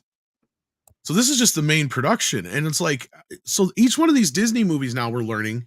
So take all the Marvel movies and all the Star Wars movies, they're costing within the $400 to $500 million range easy. How can you sustain that as a company? And now I can understand why Nelson Peltz is like, we got to do something now before this sucker sinks. Absolutely. Especially look at Indiana Jones, that we already know costs what, Culture? 550 at least? Oh yeah, I mean, that number just seems to get more and more out of control. Once all the numbers in on that at Company's House, I think we'll know soon what that looks like, and it's just and they released insane. Let's see, out of all these films in the last few years, because they've released what, 5 Marvel movies in the last couple of years here, between Guardians, Ant-Man, I'm trying to remember them all. Marvels, and I'm not even counting the TV shows, mind you. Black Panther without Black Panther, and I swear there's one in between there I'm missing. I know there's at least 5 in the last X amount of time here, where they've spent $500 million each on these movies. Yeah. Man, that's insane. Let's keep moving here. We've got Sander Hammerslag, who's been here for 34 months, says happy birthday, Andre. There's a direct link between Lolita and Eyes Wide Shut. Watch both in the corruption of the young and innocent mind. Oh, this goes back to the Kubrick talk. You know, Lolita is one of the only Kubrick movies I haven't seen yet, Andre. Yeah, there's thematic links there. I have to rewatch. It's been many, many years. It has been very hard to come by in the U.S. as of the last few years. I know. It's many of his, typically in like most collections, you only kind of like have his best of, and you don't have all of his movies from like before he became a star. Funny you say that, because up until recently, that's the only way I could get 2 of his titles. I had to import a collection from the UK that actually had Lolita, and I believe, I'm trying to remember one of the other earlier ones, but either way, I was like, that was the only way I could get those ones. I still haven't watched them yet, though. Yeah. And then now Kino's releasing all his early stuff, like very early stuff. About time. Yeah. And then we got Rogue's Gallery Wingnut, who says Twilight of the Snyder. Yeah, that should be its title. Look, he can keep doing whatever he wants over on Netflix. I don't care. As long as he ain't ruined good stuff. That's all I'm worried about. And on the box office note, Patrick Robinson says Abigail is fantastic. Probably best vampire movie in recent years. Now, didn't they do a movie about a young vampire years ago, like Let the Right One In or something like that? Yeah, but how does it compare to that? I wonder. Well, that's actually that's an original Swedish movie, and then they remade it, and that's now almost 20 years ago. So yeah, I know. Yeah. So I mean, I was like kind of like in the same vein. Is it completely different? That's kind of weird. Vein. I get it. Yeah, I get it. That's funny. Paul, come on, write it down. Pablo Papano is here. How you doing, buddy? With a cute little pup there. Says culture is fragmented as an audience. We don't all follow the same stars anymore. This is also a good point because we talk about this specifically with television and the water cooler effect that we used to have with culture and things that happen. And yeah, we do have a very fragmented audience. That is a good point. Nobody else has anything to say, so we'll keep moving along. Bass player 2011 Iffy sends in $4.99, says I saw Warfare this weekend and thought it was great, though I went because it's a Guy Ritchie film. Well, this is also like the second film for Guy Ritchie in a row not to do all that well either, isn't it? I believe that ironically his biggest movie is Disney's Aladdin remake, which did gross $1 billion. Yeah, I think since then he hasn't had much luck. Chaos Sonic 1 says since he insulted cops, then he shouldn't expect the cops to help him in real life. Oh, I hope the Schadenfreude doesn't, or if the Schadenfreude is strong. Well, luckily for him, the cops are going to do their duty, and if that ever includes helping him, then that's part of protect and serve. I think a lot of us pointed out the irony of all these celebrities that were going after cops in that time too have private security. That to me is worse, and it's actually more politicians who do that than celebrities. But that too, yeah, good point.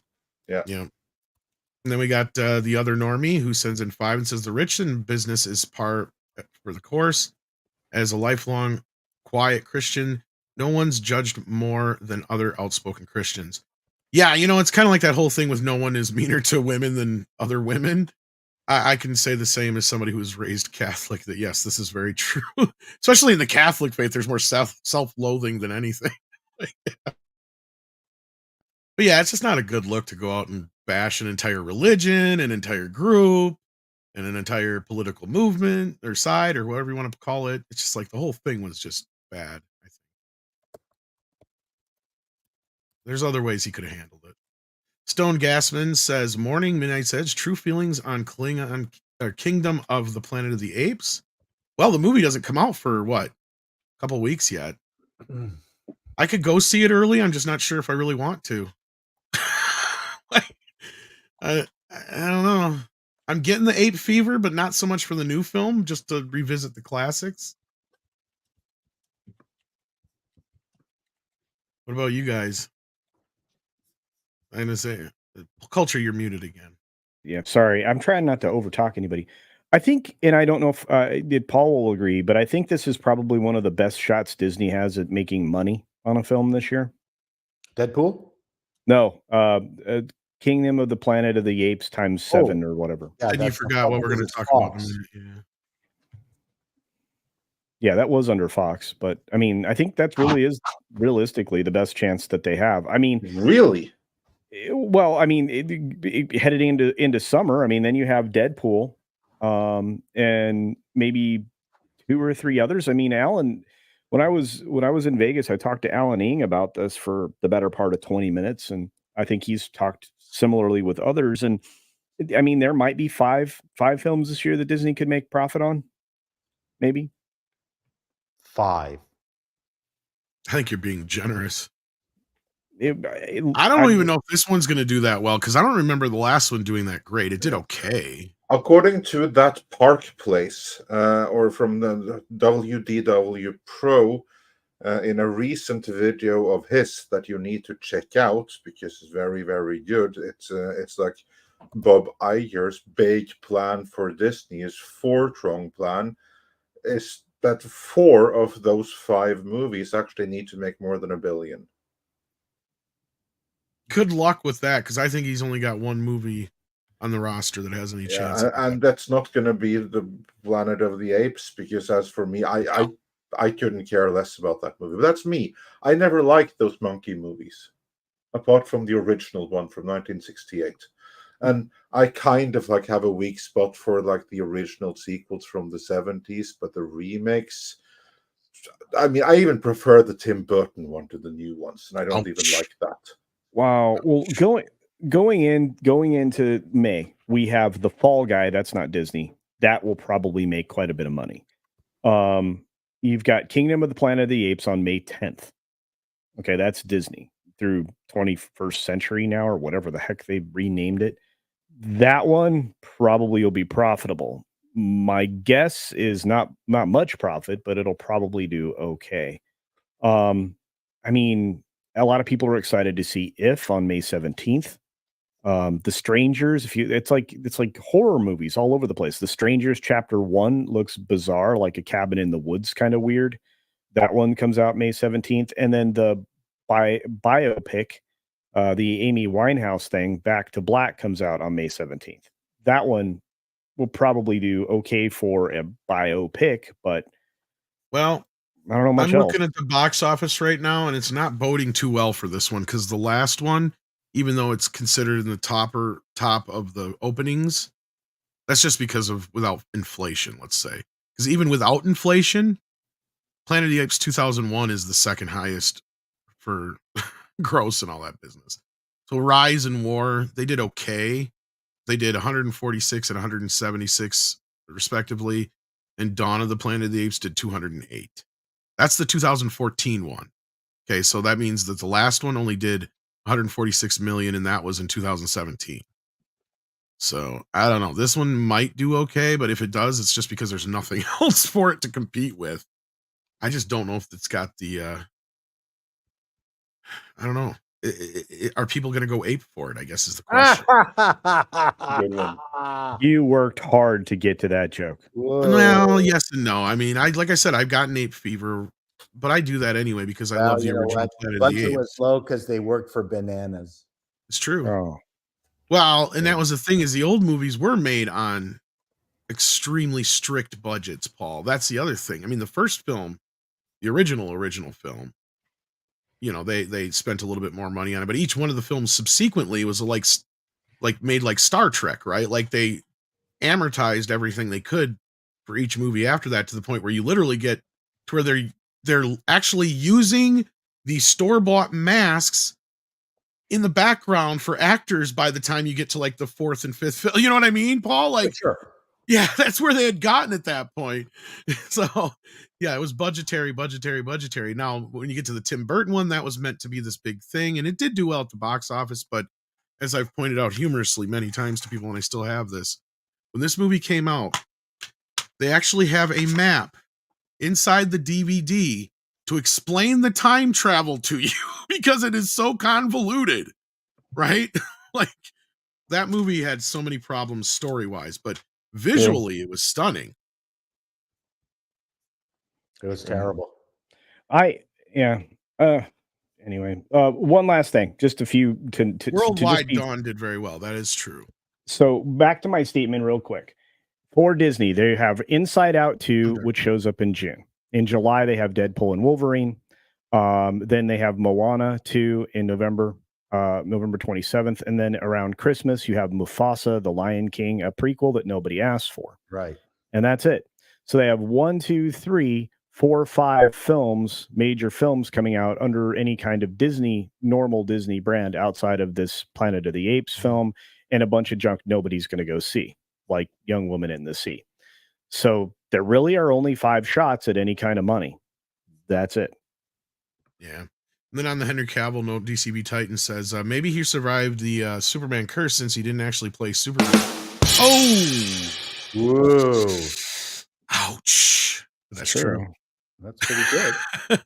That's true. And actually, I think that's a good spot. Well, no, we got a couple more here we can jump on with this. We got Brandon, the anime guy, who says Spy X Family did its job. Volume 1 from 2019 is number 15 on the March Graphics novel sales list. Its current volume 11 is number 2. Solo Leaving also has 5 on the list. Well, yeah, it did very well at the box office. I'd say on the per theater average. Solo Leveling. It's the winner. Yeah. Solo Leveling. Get it Did right. I say it wrong? Did I said Leaving? I'm not a weeb. Solo Leveling. It's one of my favorites. Shut Critique up. Corner says Guy Ritchie's movie has never been box office draws, Sherlock Holmes being the exceptions. Well, it depends on what he's doing, I suppose, then, I guess. Brandon then also says, with another 5, thank you, Spy X Family, as of December 23rd, has 34 million volumes sold. Yep. Since movie having volume 1 and current volume 11 at number 15 and number 2, it is most likely closer to 37 to 38 million. Wow, there you go. And then he also brings out that only Western IP on top 20 in March was The Last Ronin from TMNT. Yeah, Brandon, I know that one's. I'm glad to see Turtles getting some love on that. But yeah, I hope that's good. How did Seth Rogen's Turtles do? not good. Not good enough. Still getting a sequel. Well, it was going to get a sequel no matter what. If you checked out our video from months ago, you'd know that, right, Andre? Yeah, I know. I'm just saying. I didn't say. Yep. I didn't say it earned it. Just that. Well, no, it's I'm just getting pulling it. up the video. The audience voted against it, but it's still getting it out of technicality. So yeah. Yeah, Hi. and then on the I look, I know I poo-poo Rogan a lot, Seth Rogen, but there's a reason. He just doesn't make good things. So, No. Not making good Turtles is, blasphemy to Tom, but to me, it's just offensive as an audience member. So I Okay, as Donkey Kong. I disagree. I thought he was he was more distracting than Chris Pratt as Mario. In my I liked Chris Pratt as Mario. I thought it was a good choice. Chris Pratt I was just saw- okay as Mario. I just saw it his last night. I think it was fine. Paul and I agree. I think Chris Pratt was fine as Mario. And He's all right as Mario. Yeah. Yeah, I think they made a brilliant decision too to drop the Italian accent because it would have been unsustainable through the entire movie. Would have made. I still say the big mistake was not having Danny DeVito do the voice. You know what? The movie suffered desperately because of it. Yes. If Danny DeVito had played Mario, it would have been brilliant. I don't know how I can agree with either of you at this point. No, but it's fine. What do you mean? Danny DeVito is Mario. No. Okay. Anya Taylor. I'm a short little guy who jumps Anya around Taylor a lot. Was great as Princess Peach. Yeah, no, it's that's Jack an Black interesting was the one movie. who surprised the hell out of me because here's the thing, Paul. Like, it took me until almost the Peaches song to be reminded. Oh yeah, that's Jack Black. Yeah, it was great. He's so good. Yeah. He kind of surprised me more than anybody did because I'm used to hearing his voice and picking That it out. the success of that movie surprised me, but didn't surprise me at the same time. I gotta think that movie through. What was it that that caused it to be $1 billion movie? Barbie, maybe? No, I'm talking about Super Mario Brothers. Oh no, I thought you meant another movie. Yeah, I was one of the first people to come out and say that. Oh, Mario's going to make $1 billion, and everybody's like, "You're crazy." I did not say you were crazy. Yeah, you're one of the only people. I who didn't say anything at all. I just say you're crazy in general. I don't know if you were hanging out with us yet, Paul, but the moment I knew Mario was going to make $1 billion instead of just a couple hundred million was the Super Bowl commercial 2 years ago. Or was it 3 years ago now? Oh yeah, with the fake ad. Yes, because the moment they did that, I said, now you not only got the kids involved, you've got the kids our age involved because that was the theme song to our TV show, right? So now you got all the guys in the room going, not only the kids going, I want to go see that. You had the dads going, guess what, kids, we're going to see that. Yeah, it was very Ghostbuster-ish, that ad. Oh yeah, they knew exactly what they were doing on that. No, speaking of interesting movie, very interesting movie. I might do a piece on it just to talk about how it was written. Anyway. Yeah, and what I find funny about the Mario movie is how many beats it does have similar with the original Mario movie, but most people just kind of overlook that. But anyway, Bad News Badger sends in 100 Danish krona and says, I don't think I think of any movie making a title is more than 5 syllables, and those are not have a short POW effect like Indiana Jones, more text, Star Wars, more text. I'm trying to get what he's saying here. I think if you don't have the killer intro bit that identifies the property, then it just becomes a big long title for no good goddamn reason. So all you need to hear was Indiana Jones. And then the Indiana Jones movies could have a long title. The Star Wars ones could have a long title, but this Ministry of That's okay. Yeah, it has too many syllables. Yes, I agree. Yeah, I totally agree because way too word, too long. You're right, because when you talked about them when they were coming out, you're just going to see the new Star Wars. But when we're referring to in conversation, that's the only time we'd bring up their actual titles. Yeah. No, that's a good point. Absolutely good point. Yeah, I mean, what a stupid title. That title did not help them at all. And then DCB Titan says a better title would have been How I Learned to Stop Worrying and Commit to War Crimes. No, that is a meta joke because that's crossing Kubrick.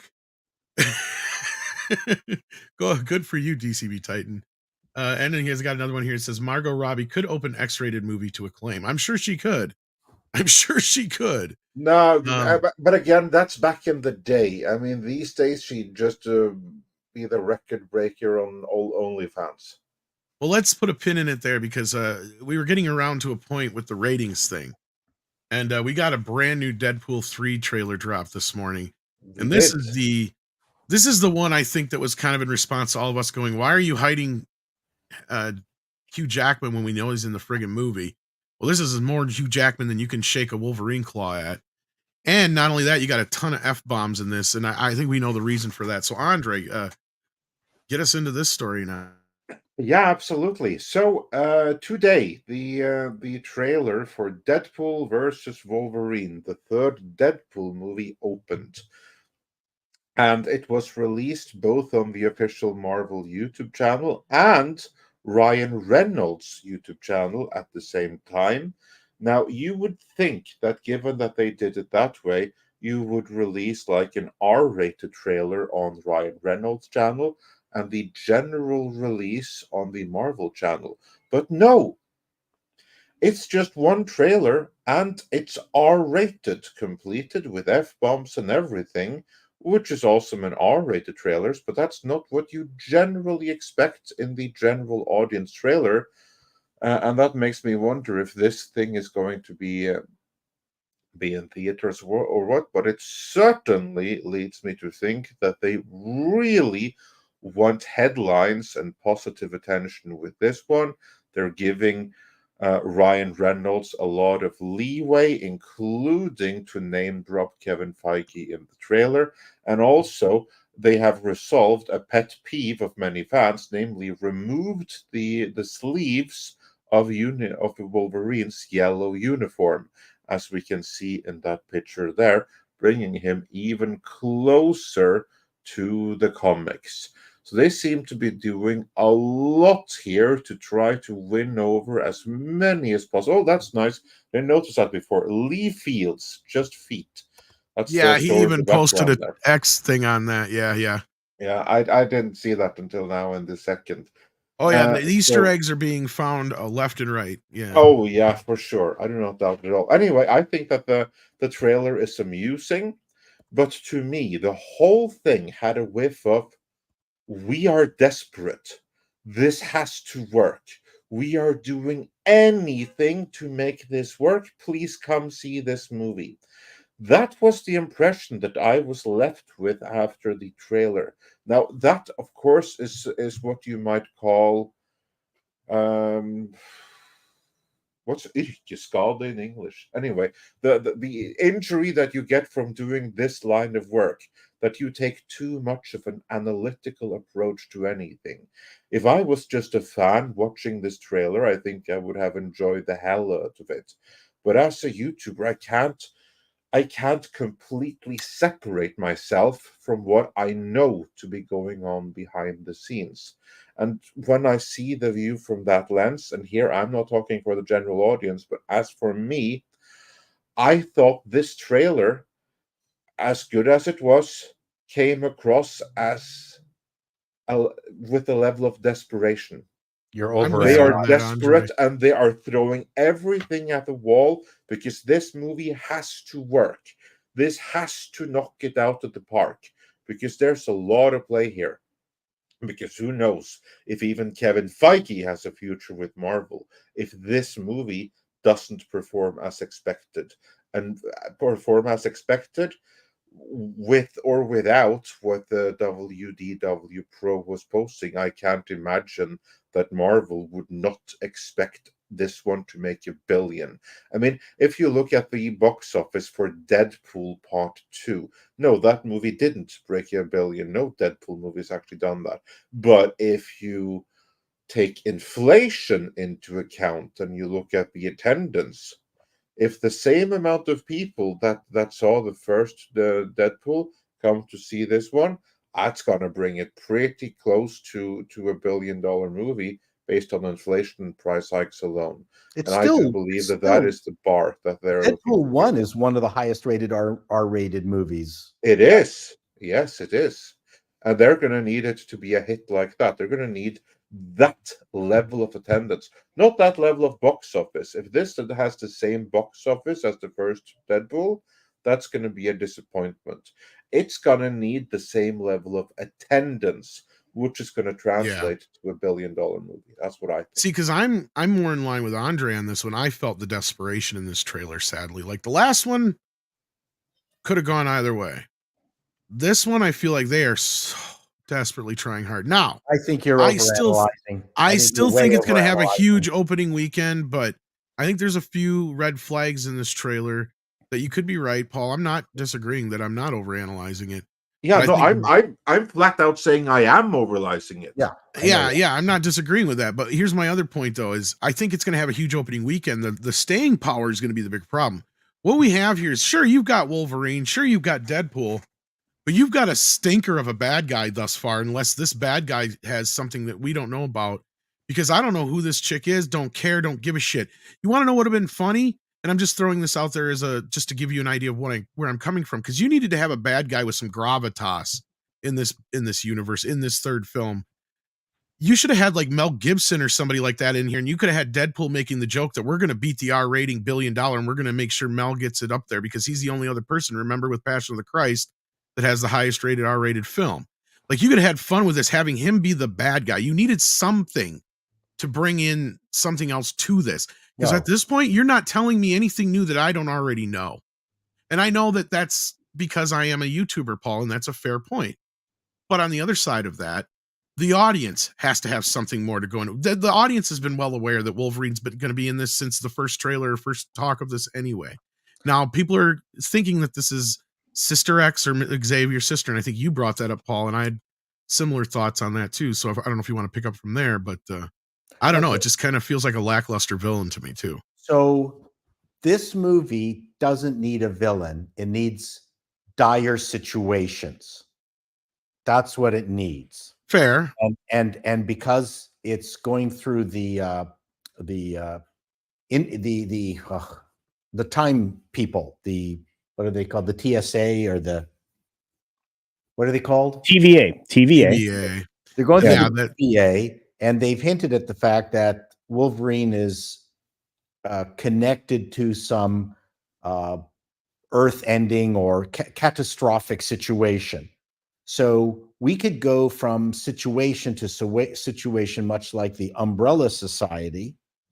And I'm completely okay with that. One of the things that they're really trading hard on, which I think makes absolute perfect sense, is the camaraderie and the competitive nature between Wolverine and Deadpool. That to me is what this movie's about. It's one of the things that the Disney movies, like from can't even remember the names anymore, that they've just lost the ability to do that. And this thing looks like it has it in spades. If the one joke about being an old Wolverine with very tiny claws is just one of many jokes like that all the way through, I'm all in. Like, that was a great gag. That was really, really good. I'm going there to see the relationship between Wolverine and Deadpool, and I think they did a really good job in this to emphasize. That's fair, Paul, but they need to be able to do something that's going to sustain longer than what a Funny or Die skit would, though, too. That's why I said we need an actual story here, and we're getting some of the story. But we don't know the story yet, though, Tom. But let's hear what Culture has to say. I don't care. I'm going to say that I'm still on the fence on this film. I'm more skeptical than ever. There were moments in here I thought, hey, I've seen this before. That's back to form. And then there was a point at which I was like, wow, this is just every other Ryan Reynolds film. And the problem is that he can be tough to take for sustained periods of time without the proper guidance and or editing. And this thing was put together in 2 batches because of the strikes. So he was Good given point. carte blanche, which is terrifying. And I'm not sure to what extent I trust that this is going to be good. There were a couple moments in this that I'm like, oh no, this is headed the wrong way. Mm.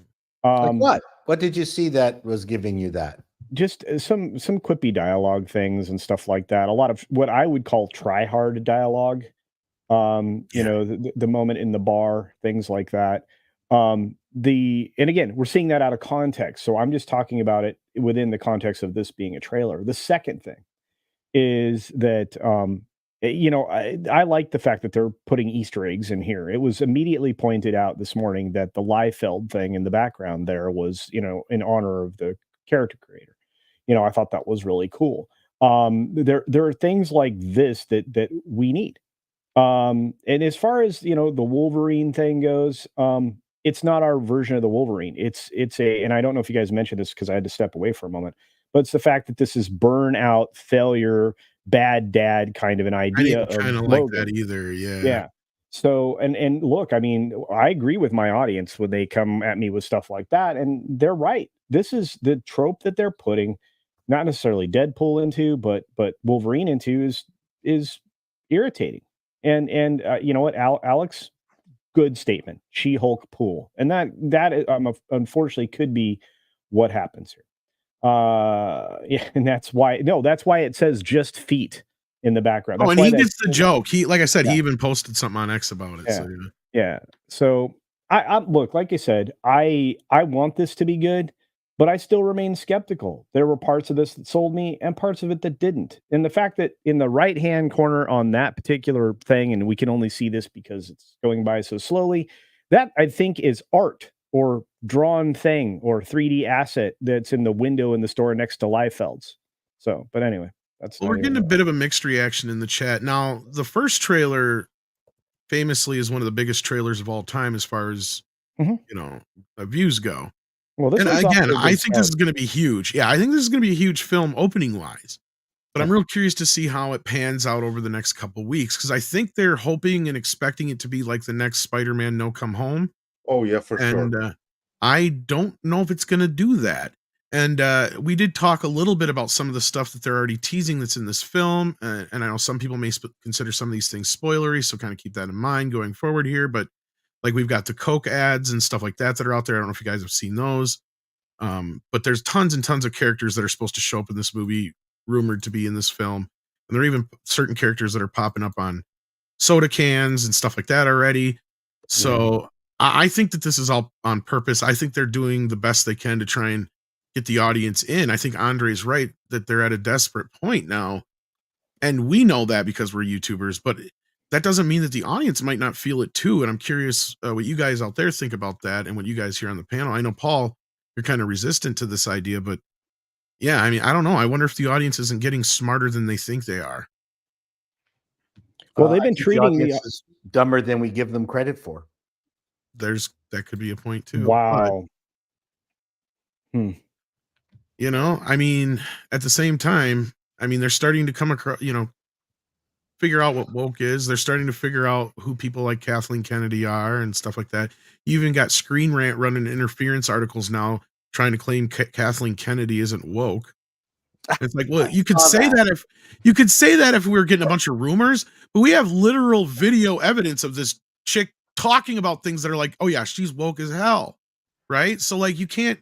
That's like gaslighting to the nth degree. Indeed. But to the point of this trailer, I will say one thing that is actually to this movie's advantage. There is a massive level of interest in it because the trailer crossed 2 million views in 1 hour. Now, is that going to translate into butts in seats come opening weekend? That we do not yet know. But what is a good sign is that you have this level of interest, which goes to show that there is love for the Marvel brand out there, especially when you bring out Deadpool and Wolverine, which we haven't seen for years. Now it's up to Marvel to stick the landing here. The interest is there. So now it's up to them not to lose it and give the audience something that they haven't done for half a decade, namely a great time in theaters. Oh, if you don't count and Spider-Man. what they need to do is Spider-Man, no, come home aside. They need to make sure that they don't pull a Doctor Strange, which I think we really love that character, and then they bait and switch him, and that's really what kicked everybody in the nuts. Yeah. And these two guys are Bob Hope and Bing Crosby. This is the superhero equivalent of the Road movie, and we love these two guys. They have invested a lot individually as the characters. They have never they've never crapped on the audience, either in their personal lives or as the characters. I think there's just a shit ton of love for these two individuals. I'm very glad you mentioned that, because I think that this movie might be all right. It could very well be that we are overtly critical because of what we know, but because of what I know. The big problem here is what comes after this movie. This movie doesn't represent any kind of new direction. It represents a fluke. That's the real problem with this movie. I mean, if this underperforms, I mean, that's bad. That's a disaster for Marvel. But even if it does do what they hope to do, even if this is a $1 billion hit, fantastic. But what comes next? Nothing. It's worse than nothing. It would be better if it was nothing. No, what comes next is Agatha All Along. Woo! That's next, and it's an LGBTQIAP+ series. That's what it's all about. And after that, you have Captain America 4, which who knows how that's going to turn out, but probably not very well. And then it's a I object you calling it that, by the way. Fine. Falcon being forced to cosplay as Captain America. Right. Falcon America works. It's fine. Miles Morales is Captain America. There you go. That works kind too. of, yeah. That's even more of a mouthful, but yeah. And then of course, then you also have Ironheart, which is filmed and coming on Disney+. Oh no! Power Man. Oh you have no! That's coming. I mean, you have Daredevil, but again, who the hell cares against that backdrop of everything else? So then you have two potential flukes. You have Daredevil and you have Deadpool, but they're flukes, and everything else is a disaster. I was going to say, with the one thing you've got going with Daredevil is we keep hearing that they keep readjusting themselves right back to where the show left off. So you might get lucky that some of that might wind up okay. They brought the original characters back.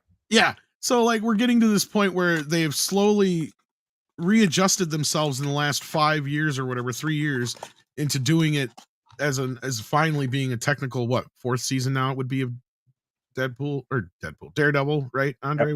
Yep. So yeah. The bigger problem with Deadpool and Wolverine is that there's going to be an awful lot of people at Disney/Marvel hoping it fails. I don't know about that now, and this is where no, maybe, but I don't. The politically Who though, and why hate this movie? Why and don't give a fuck about Disney's financial issues? They may not give a shit about the financial issues, but I guess what I'm asking is, why do you think they would hope the movie fails? Because at this point, I can sense the desperation in this movie, because this feels like the desperation we've heard out of certain companies before inside Disney, and I'm not going to name names unless Andre wants to bring it up, where they're basically like, we just don't care, just make sure it's a fucking hit, or just make sure people know about it, or just because I feel like they've gotten to that point with this.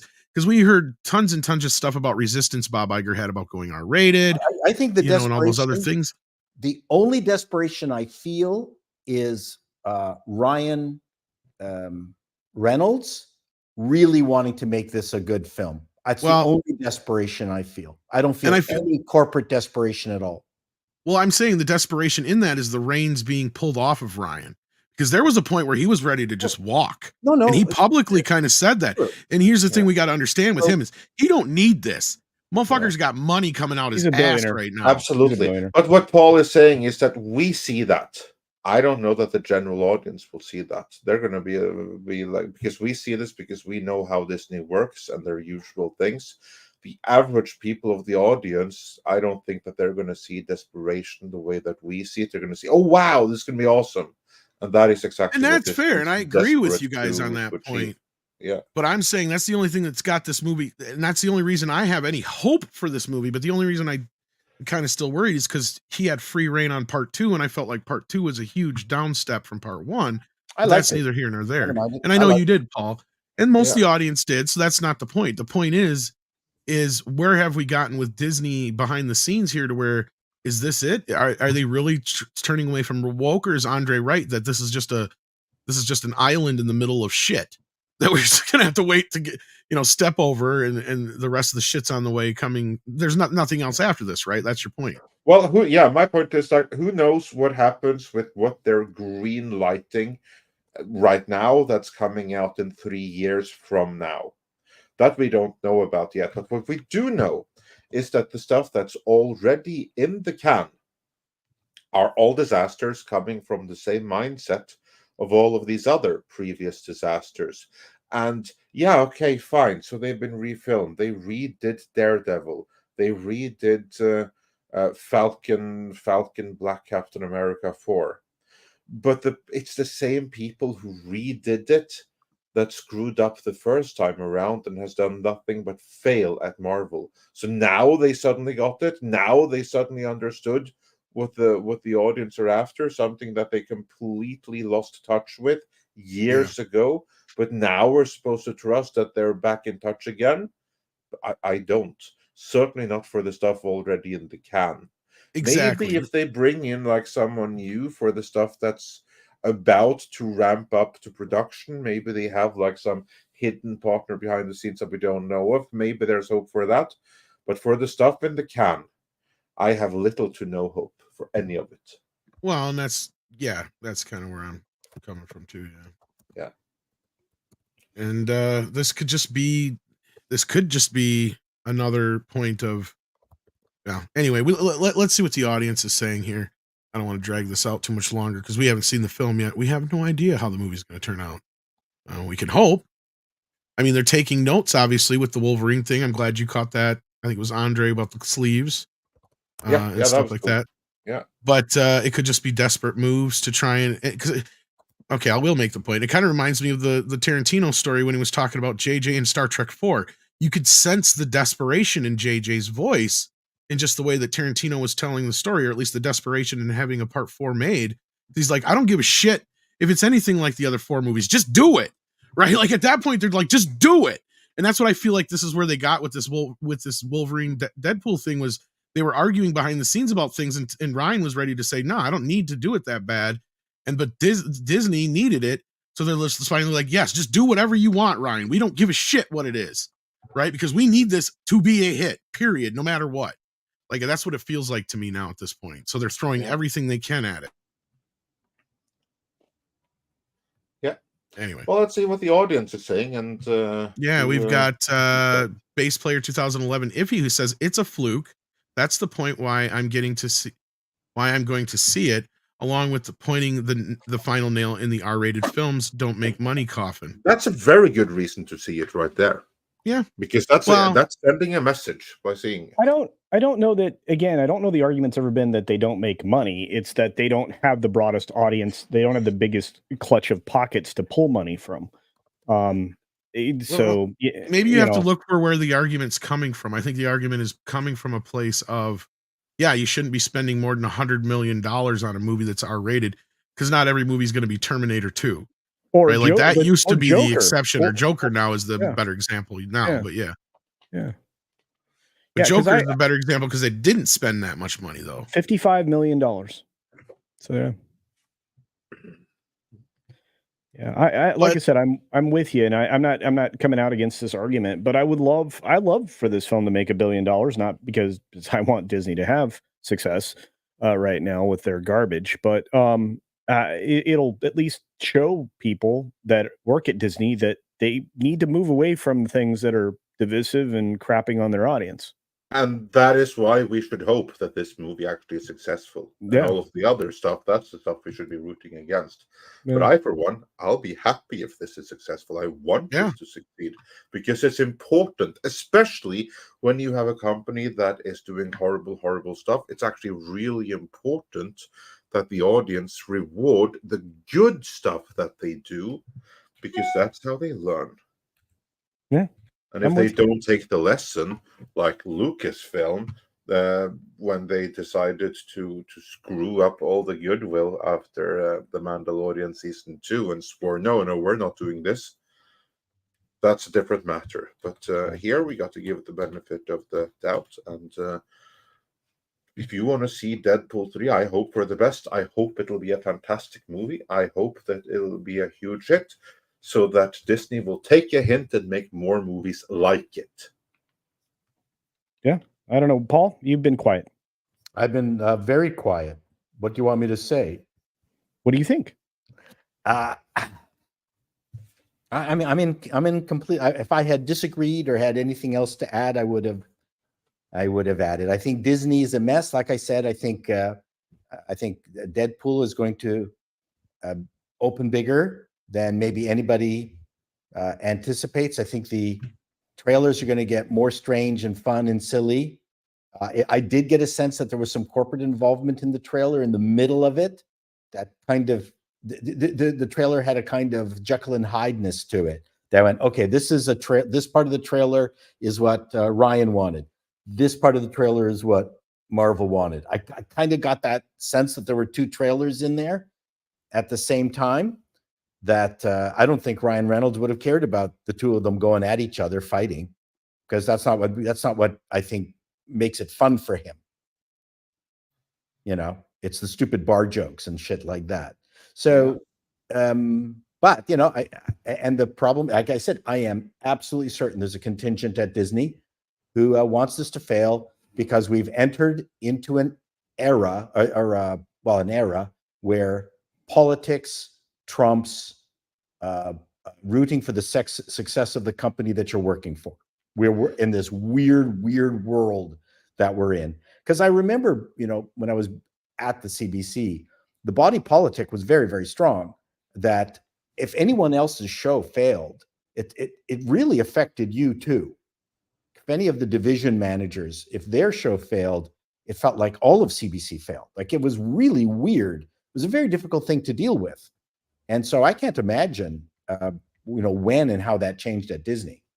But, That's a very healthy thing, though, because that means the company is pulling in the same direction. Yes. If they don't, you have a toxic company with internal competition that is rife for overtaking from the outside. So that's a good point right there. And on that note, it should be Dungeon Crawler says for $10. It doesn't matter if it's desperate. Maybe they will make a good movie if they are desperate. Yeah, that's the hope. Maybe. That is indeed the hope. I hope so. I just hope it's not too much, right? Like, that's my main concern, is you can go overboard with trying to overcorrect things or trying I'd to. rather they go overboard with that but do it over more movies. Then you get Birds of Prey, though. That's the problem, man. We already have Birds of Prey. That's what the MCU is right now. That's the beauty of it, that they have that to go off of, and we know this is not necessarily Birds of Prey. I'm not trying. There was nothing funny about Birds of Prey. No, but my point was that was the result of the overcorrection of the MCU. Like, it was so overcorrected, they made went into completely wrong lane. Yeah.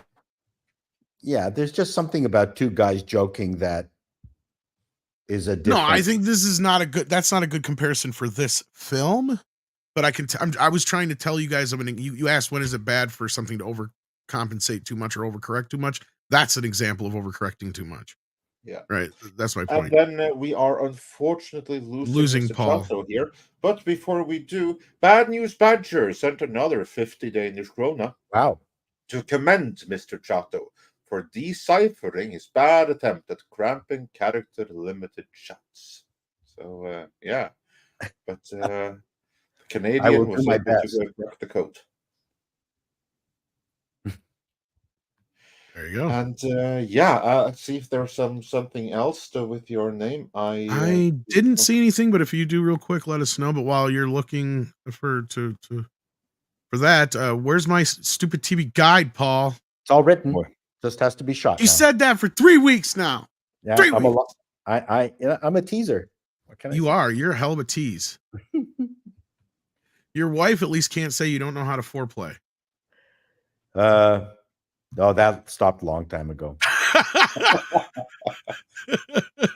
You know what? Here around here is foreplay is, hey, do you want me to make dinner tonight? That's Light on or off. There you one if Well, by man, you know two what? if I by like it. That's communication working. So that's fantastic. And I commend Paul and his lovely wife, who keep sending him into death traps that the rest of us just really want to go on. So that's awesome. Not only that, she puts up with him, so you got to give her credit for that. I will Absolutely. always And she remember. lets him come out and play with us. That's Which we're true. also grateful Thank for. you for letting me play with you guys. And yes, I have to thank Ramona for letting me play. Yes. In- That's Yeah, every other day we're like, can Paul come out and play? And I'd like to wish publicly the best to Chris Yes. and a speedy recovery. Yes, absolutely, Yes. absolutely. Like we love Chris, and we for those that haven't heard, we wanted to be quiet about it before we had his okay, but I actually have been in touch with Chris and had his okay that we could talk about it. So yes, Chris, he had a minor stroke, which we were devastated to learn. The good news is that he is recovering, and fingers crossed he will be making a full recovery, and we can't wait to talk to him again and hopefully having back here when he does. Saw him active on Twitter, so that's a sign that he's. That's a good sign. Yeah, and I also spoke with him on messaged with him. So yeah, That's good. that's excellent. With that, Yeah. Paul, you got anything to plug before you head out on us? I'll have a video out today, I believe, on how I would redo the Brotherhood of Steel segment in episode 1 of Fallout. Fallout. Wow, really? Mm. Okay, I'm intrigued. It was just a writing exercise where I thought that was maybe one of the weakest aspects of episode 1, and I'm offering up my soul. You know what? I didn't get a chance to ask you this question. I know you're trying to run away, but what are your thoughts on the character of Maximus? Isn't he kind of weak and whiny? Yes, this is actually my solution solves it. Really? Okay, good. Yeah, I've now seen Aaron in interviews, and he's a charming human being. Oh yeah, absolutely. And not like other individuals who are completely off-putting, both on and off screen. And I think they treated him badly in the character, but I think they screwed up the entire Brotherhood of Steel, and they could have used a little bit of anime rules to sort it out. So I'll have that today, and I look forward to your comments, whether you think I got it right or not. Before you leave, made these changes, I think we would have felt a little bit more in favor of Maximus. Before you leave, I think you might appreciate Just David's super chat here. Sent in $10, said, saw Fallout. The writing is mostly solid, but still woke and commie. The Last of Us TV director said you have to trick the audience. Some projects are rolling back to better writing to hide their message. Well, maybe you'll have to comment on something on that. But that's not a bad thing. Yeah. There's been tons of message movies. A Panic in Needle Park. The Man Who Came to Dinner. We have not been without just a huge number of message movies. The difference was they were written by people like Patty Chayefsky, not dickheads like we have now that have graduated from Rick and Morty. You know, that's really the difference. There's nothing wrong with message movies, but make them literate. Well, do you think, you know, it's interesting you mentioned Chayefsky because Network is something I think everybody should watch. Yo, fantastic. Yeah. well, I mean, it really speaks to what we're fighting in journalism now. And I know you're trying to leave, Paul, but I got a good question for you. Do you think another problem is that a lot of these folks that are making these types of films now are too close to them? Because you look at a lot of the ones that were made in the era that you're talking about, and you have directors who weren't necessarily ones who lived through that kind of thing, but they had a perspective on it and they brought it to a broader audience. And through that perspective, they understood how to tell the broader audience about this problem. Do you think that might be it? Look at Costa Gravas and his movies. They were all highly political, very socialist. But the difference is that they still knew that they had to tell a story. Yeah. And I think the writing of the problem these days is that people think that the message is what makes the movie interesting. That's the problem. That's because you have a new generation of storytellers who aren't storytellers so much as they're propagandists. Correct. Propagandists. Correct. That's the problem. And they don't realize that, you find a way to use allegory and all sorts of tricks to, make the message, have the message there. It's like what I said about Star Trek, the original series versus Discovery, is that Star Trek was a bunch of people who had they were in it. They got their shit together. Yeah. They had gotten their shit together. They used alien stories as allegories to talk about our present world or the world at that time. Right. Whereas modern Star Trek confuses things and they think, oh, we need to bring our present problems onto the bridge. No, by 2300, they would have solved all this stuff. Exactly. Yeah. That's what they don't understand. And again, it's just immature writers, people who haven't learned from the best. They're not reading David Mamet stuff.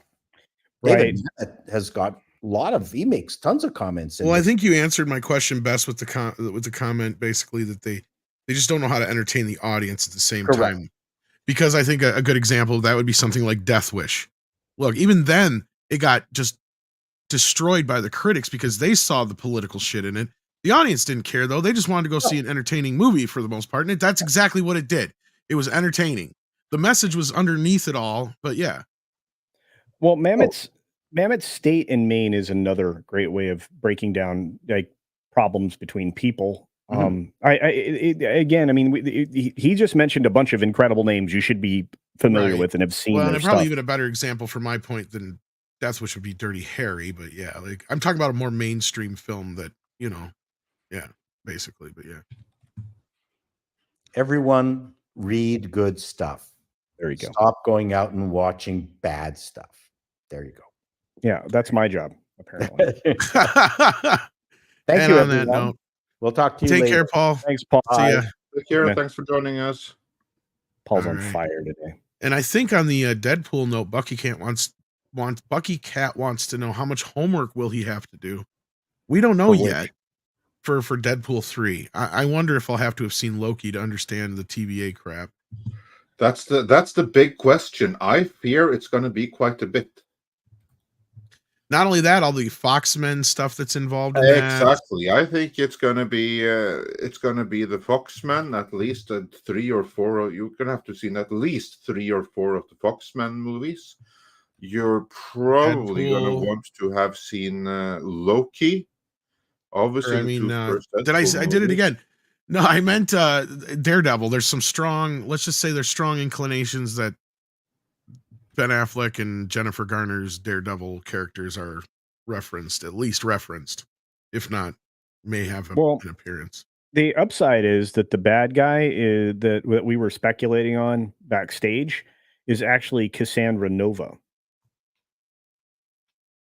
So would that be any relation to? I'm not familiar with the character. I'm trying to with the Nova Corps or anything like that, or what? No, she's tied to the X-Men. She's a genocidal mutant. Yeah.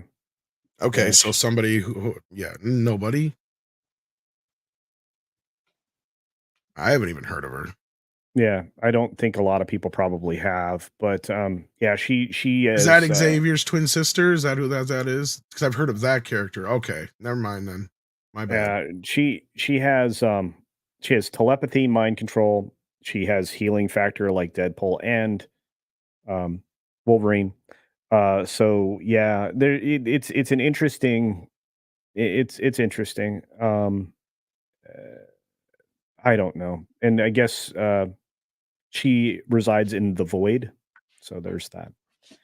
Yeah, and look, I think SP Flash is right, but when I look at these things, I'm like, why don't you get characters that are familiar to the audience? Because if you're trying to be risk averse, you're doing it badly, very poorly, because nobody knows who this is.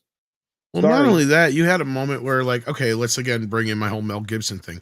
You could have had the bad guy be some producer in some alternate universe that's fucking everything up or something like that. That would have been more entertaining. Yeah, but Kevin Feige would have been the bad guy. That worked out really well. He kind of is in a weird way. That's my point. Yeah. No, that worked out real well in She-Hulk, right? Him and Bob Iger. And Sorry, the MCU was the bad guys in Dark Phoenix. Remember the commando soldiers there, the bad soldiers? They had like MCU on the arm. That was the organization that they were from. But let's move on with the rest of these super chats. Yes. Chris K says Fallout is a vehicle for the glory of Walton Goggins. Everyone else is just along for the ride. Yeah, now I'm thinking about watching the show just for him. Otherwise, I had like zero interest in it. The show is actually really good in its own right, and Walton Goggins just make it so much better. Indeed. Like, but there are many who are really, really good in it. But of course, Walton he just elevates it all that much, and he gets so much love for his role here. Well, Walton is one of those guys. He can be in a really crappy show or movie, and he's still good. That's not the problem. You know what I mean? Yeah, like, no. He'll make a shit movie better by being in it.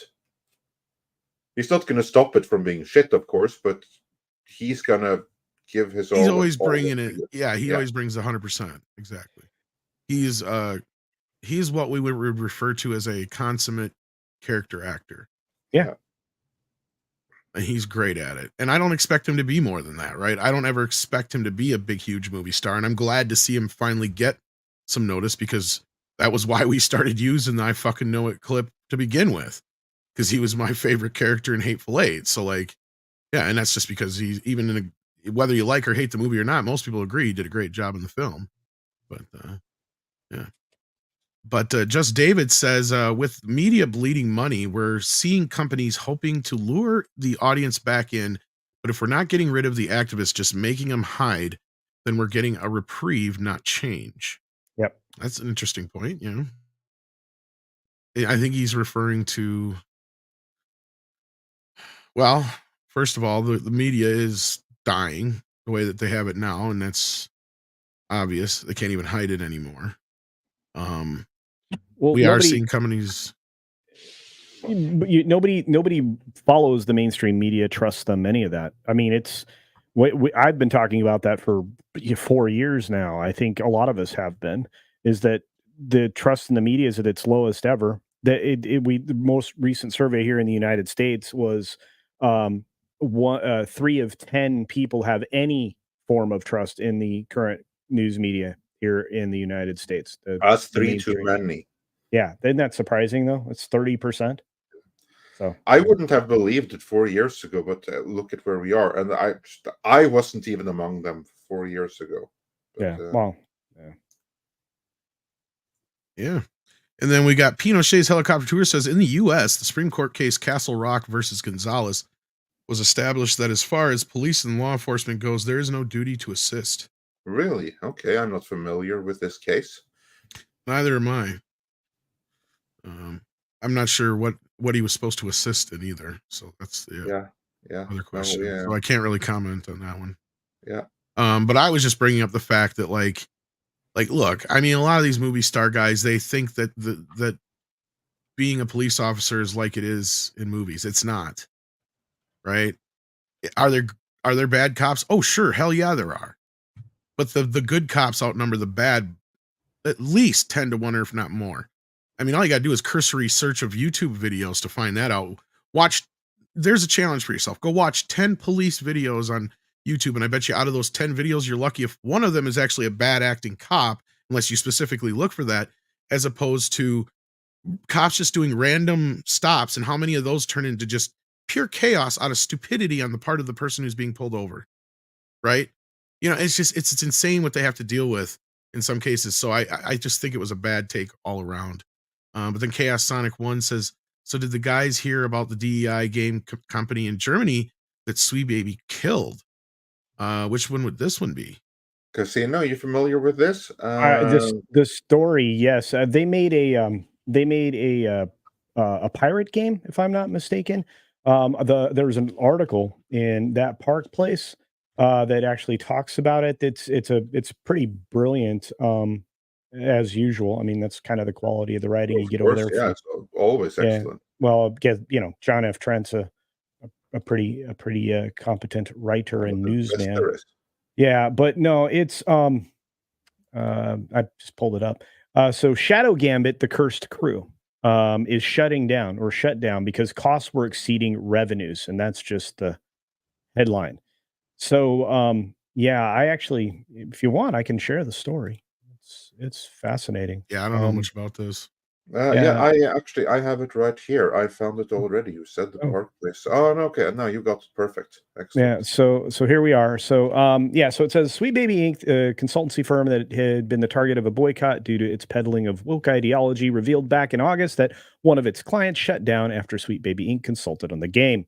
Back at the end of August, Sweet Baby Inc. reported on LinkedIn that following their consultation on Mimi Games' Shadow Gambit, the Cursed Crew, that the company was shutting down. Sweet Baby Inc. posted, "We are saddened to learn that Shadow Gambit, the Cursed Crew, is Mimi's last game. We are incredibly proud to have helped bring this final voyage to shore by collaborating on the game's protagonist, Afia, and Matthias Kraut, Moritz Wagner, and the rest of the crew at Mimi Games GmbH. Our collaboration helped make the world of Cursed Caribbean feel more inclusive and representative. Very happy to see the players have resonated the game, as evidenced by its incredible reception." Well, if they're shutting down, I don't think that's true. But the Mimi team I was about to say.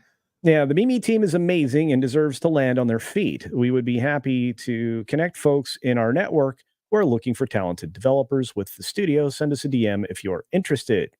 So there's that tweet. So Mimi Games and its founders, Dominic Abe and Johannes Roth, announced the company was shutting down at the end of August 2023, writing in a blog post, "It is with a heavy heart that today we have to share the news that Shadow Gambit, the Cursed Crew, will be Mimi's final game. As we look back at our 15-year journey crafting games and crying about it, we feel grateful for the incredible love and support we received from all of you. We cherished every game we made and feel proud of what we were able to accomplish as a studio. At the same time, dedicating the past decade and a half of our lives working on increasingly ambitious games took a heavy personal toll on us and our families. After the release of Shadow Gambit, we decided it was the right time to prioritize our well-being and pull the brakes instead of signing up for another multi-year production cycle." Sounds like an excuse, so keep on reading. Yeah, I am. Later in their explanation, they detailed the company's costs were growing more than its revenue. It stated making these games was amazing and extremely taxing at the same time. Reaching the level of quality Mimi strives for is hard and requires focus and dedication. We also have to acknowledge that our future production costs are growing faster than potential revenues of our genre. The increased financial pressure and level of risk became unsustainable.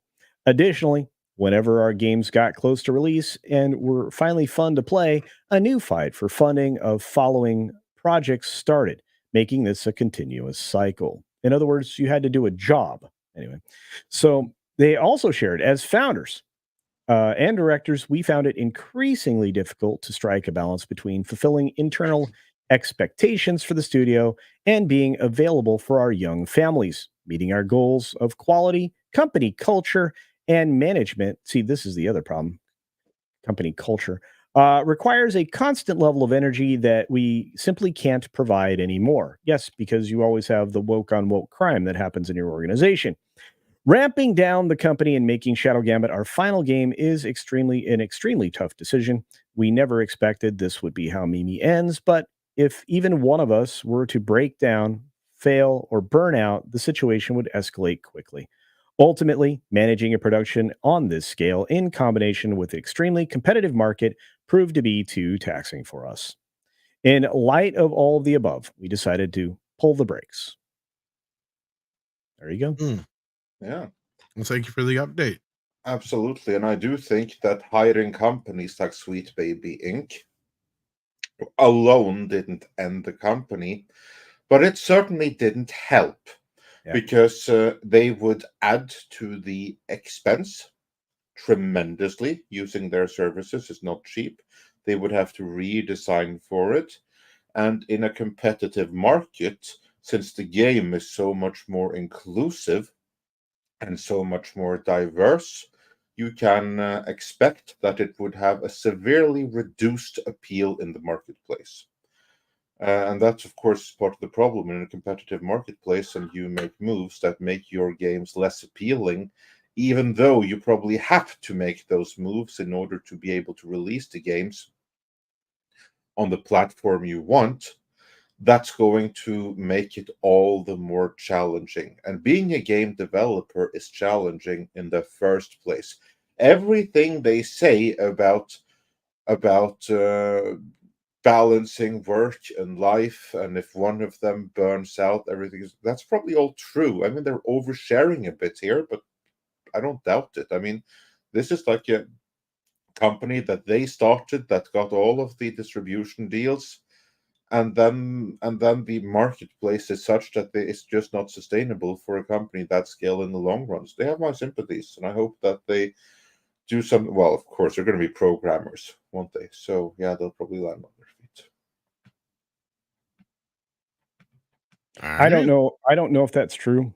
That I'll just say, and I'm not pushing back on you, Andre. I'm just saying right now we're seeing layoffs at an extraordinary pace when it comes to game development and programmers and Yeah, tech in I'm not general. surprised.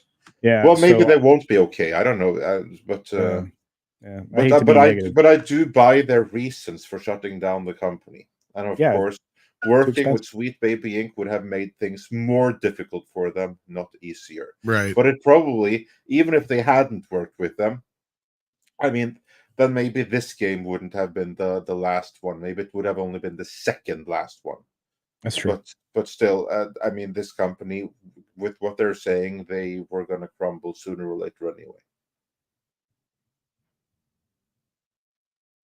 All right, let's keep moving on these super chats here. We've got let's see, we got this one from David already.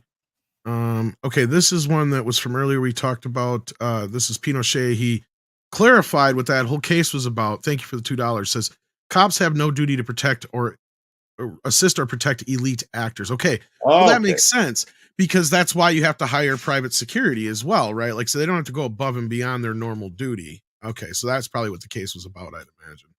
All right, well that makes sense. Well, thanks for the clarification, and we appreciate that.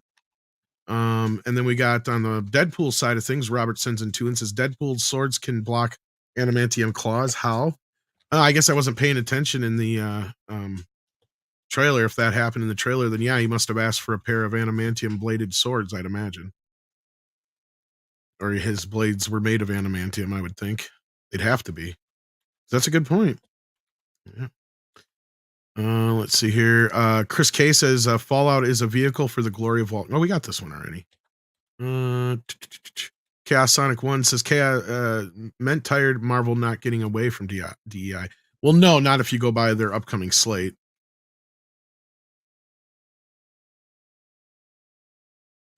Yeah, no, we haven't seen too much. And that was off of this one. Sorry. He says, yeah. I don't want it to suck, but I'm also tired of Marvel getting away from this DEI bullshit. Yeah. I think he's asking, and yeah, we would hope so, but yeah, at this point, we have no real sense if that's happening. I think this is an exception to the rule. Yeah, exactly. Yeah, this movie got all the dispensations, but it's straight back to the normal DEI crap instantly afterwards, beginning with Agatha all along. And it kind of goes along with my theory on No Way Home, because you look at everything around it, and you look how that movie came together. And I've made the argument that the only reason No Way Home wasn't woker than it was because they didn't have time to make it woke. Like that movie was a rush job. As soon as they heard that Michael Keaton was coming back for Flash, is the moment they went out and went after Tobey Maguire and Andrew Garfield to come back for this movie. So this movie came together so quickly and was made and put out there so fast. It was insane that, yeah, that's the only reason I think that movie wasn't worse than it was, because they just didn't have time to tinker with it. I don't know if you guys agree with that or not, but yeah. I think that's a very big part of it. But moving on. We've got, let's see here, Packing Protons, who says, same as it never was, would make a better Last Ronin movie.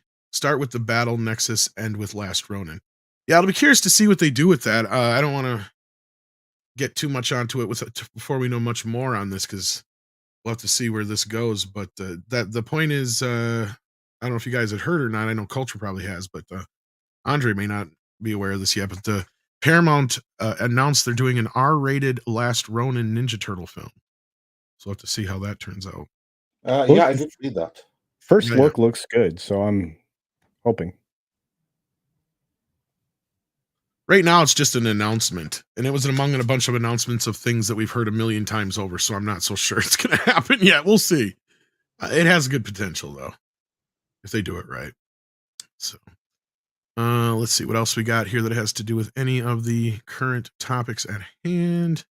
I think that's it, except for this one, because we did mention Zack Snyder. Jason Webster sends in 10 Australian, says Dan Murrell, Rebel Moon Part 2, that is, feels like a cinematic pyramid scheme after 4 hours plus and 2 films. All Zack Snyder really has is a pitch to sell us more movies. Well, this is probably why he's saying that he has like 6 movies altogether figured out for this franchise or something like that. But yeah, I like this pyramid scheme business. Hopefully he pays his actors for multiple films with all these director's cuts that he's doing. Yeah. Then we got High Dragon Star, who says Falcon America and the Dial of Destiny. Why haven't they just canceled it already? There are so many rumors on how bad it is. And Mackie. Yeah, well, they had the opportunity. I don't know why they just didn't trash this thing. They should have done it, honestly, but instead they pumped another 150 million into reshooting it, which they're doing right now and will be doing for the rest of the summer. So they will have made the movie twice. So in the end, you'll have one movie for the price of 2, and it better be a good one. Probably like most of the Marvel movies lately. Yeah. Then Jesus Davila sends us a super sticker. I bet it's a thumbs up. Thank you for that, Jesus. And then we got Crazy Cat, who says, wow, Gary turned out to be a real scumbag, targeting a little girl with repeated harassment. Can we all just agree that family is off limits? Well, I can agree with the last part, but I don't agree with so much that he was targeting a little girl. I think the point was he was going after Mark Hamill's choices. And when it was found out that that was not the case anymore, then as far as I know, he's backed off. So that's good on Gary for that part. I don't know about painting it in that light, though, because he was never going after the girl or the family itself. He was going after Mark Hamill, who is the actor. So, yeah. I don't know if there's anything more to say than that. Andre, what about you? I have no idea what this is about, so we'll leave it at that. All right. Yeah. Culture, anything to say or add? No. I don't know what that was, so okay. Oh, okay. All right. Well, either way, it's kind of a non-story if you ask me, because nobody knew for sure what was going on. She spoke out. It's all taken care of now. So yeah, well, excellent. Non-story then. And non-story is also what we have for the rest of the show. I believe we are pretty much caught up. Culture, thanks for joining us today. Where can people find you? Oh, you can check me out on my YouTube channel, Culture Casino. The one that's linked in the description. Yeah, it's down there. You can check it out. But you can also find me on other platforms, as well as a new platform that I've been enjoying called Criticless. You can read reviews that I write on things that maybe I don't make videos on, or maybe things I do make videos on. So I'm really enjoying it over there, and Tom's over there. A lot of people are over there now. So if you're interested in what people that are not Rotten Tomatoes are thinking about film and television, check out criticless.com. Fantastic. Do check that out. Also check out Paul Chato. We have a video that will be dropping in the next couple of hours, so be sure to check back for that. And then finally, a couple of hours after that again, we have Toxic Femininity, don't we, Tom? Ooh. We should, and we did have a Rumble rant from last week. I want to Yes, grab let's that. do that. Let's do that. See if we got I just anyone still in reminded. this show as I well. just checked because that's what reminded me about that one. Yeah, so sorry yes. about the. So sorry about that. Yes. Yes, but we'll make up for it now. Let's see here if I can find the group. Where'd it go? All right, here we go. Scrolling up to find it. The Rumble rant. We accidentally missed last week. I apologize again for that. Hopefully you're listening. Let's see here. Where is it? I think it was this one we got, I think. The Kalekioki one. That one we got. Well, let's do it again just to play it safe. Well, now I scrolled away from it because I'm looking for the one we missed. I know specifically we missed. Okay. This is the one we missed. Random nobody. Sorry about that. You are no random nobody. You were a random somebody. We wanted to make sure we got your Rumble rant here. That's what they're called over there, is Rumble rants. So there you go, Andre. On screen now. Indeed. Random Nobody said for $20. Thank you. Timothy Kane, the creator of Fallout, has a YouTube channel called Timothy Kane and has released a review of the Fallout TV show. Oh, that should be interesting, because that was originally a point-and-click game, wasn't it? And if he's the creator of that, it'll be interesting to see what he thinks about the series, which should have grown way out of his, or the whole Fallout should have grown way out of his vision by now anyway. At least I should imagine so. I'm not pretending to be familiar with the detailed in and out of the making of the Fallout franchise. I just know the series, which I enjoyed tremendously. So we're really sorry about missing that Rumble rant. We did not mean to. And yes, we're good for now on the Rumble side of things. So thanks again, everybody, for listening. Thank you, Culture and Paul, for being here today. Anything else we're forgetting, Andre? Video later, Toxic Femininity after that. And with that, it is time for some koalas in the rain. Koalas in the rain.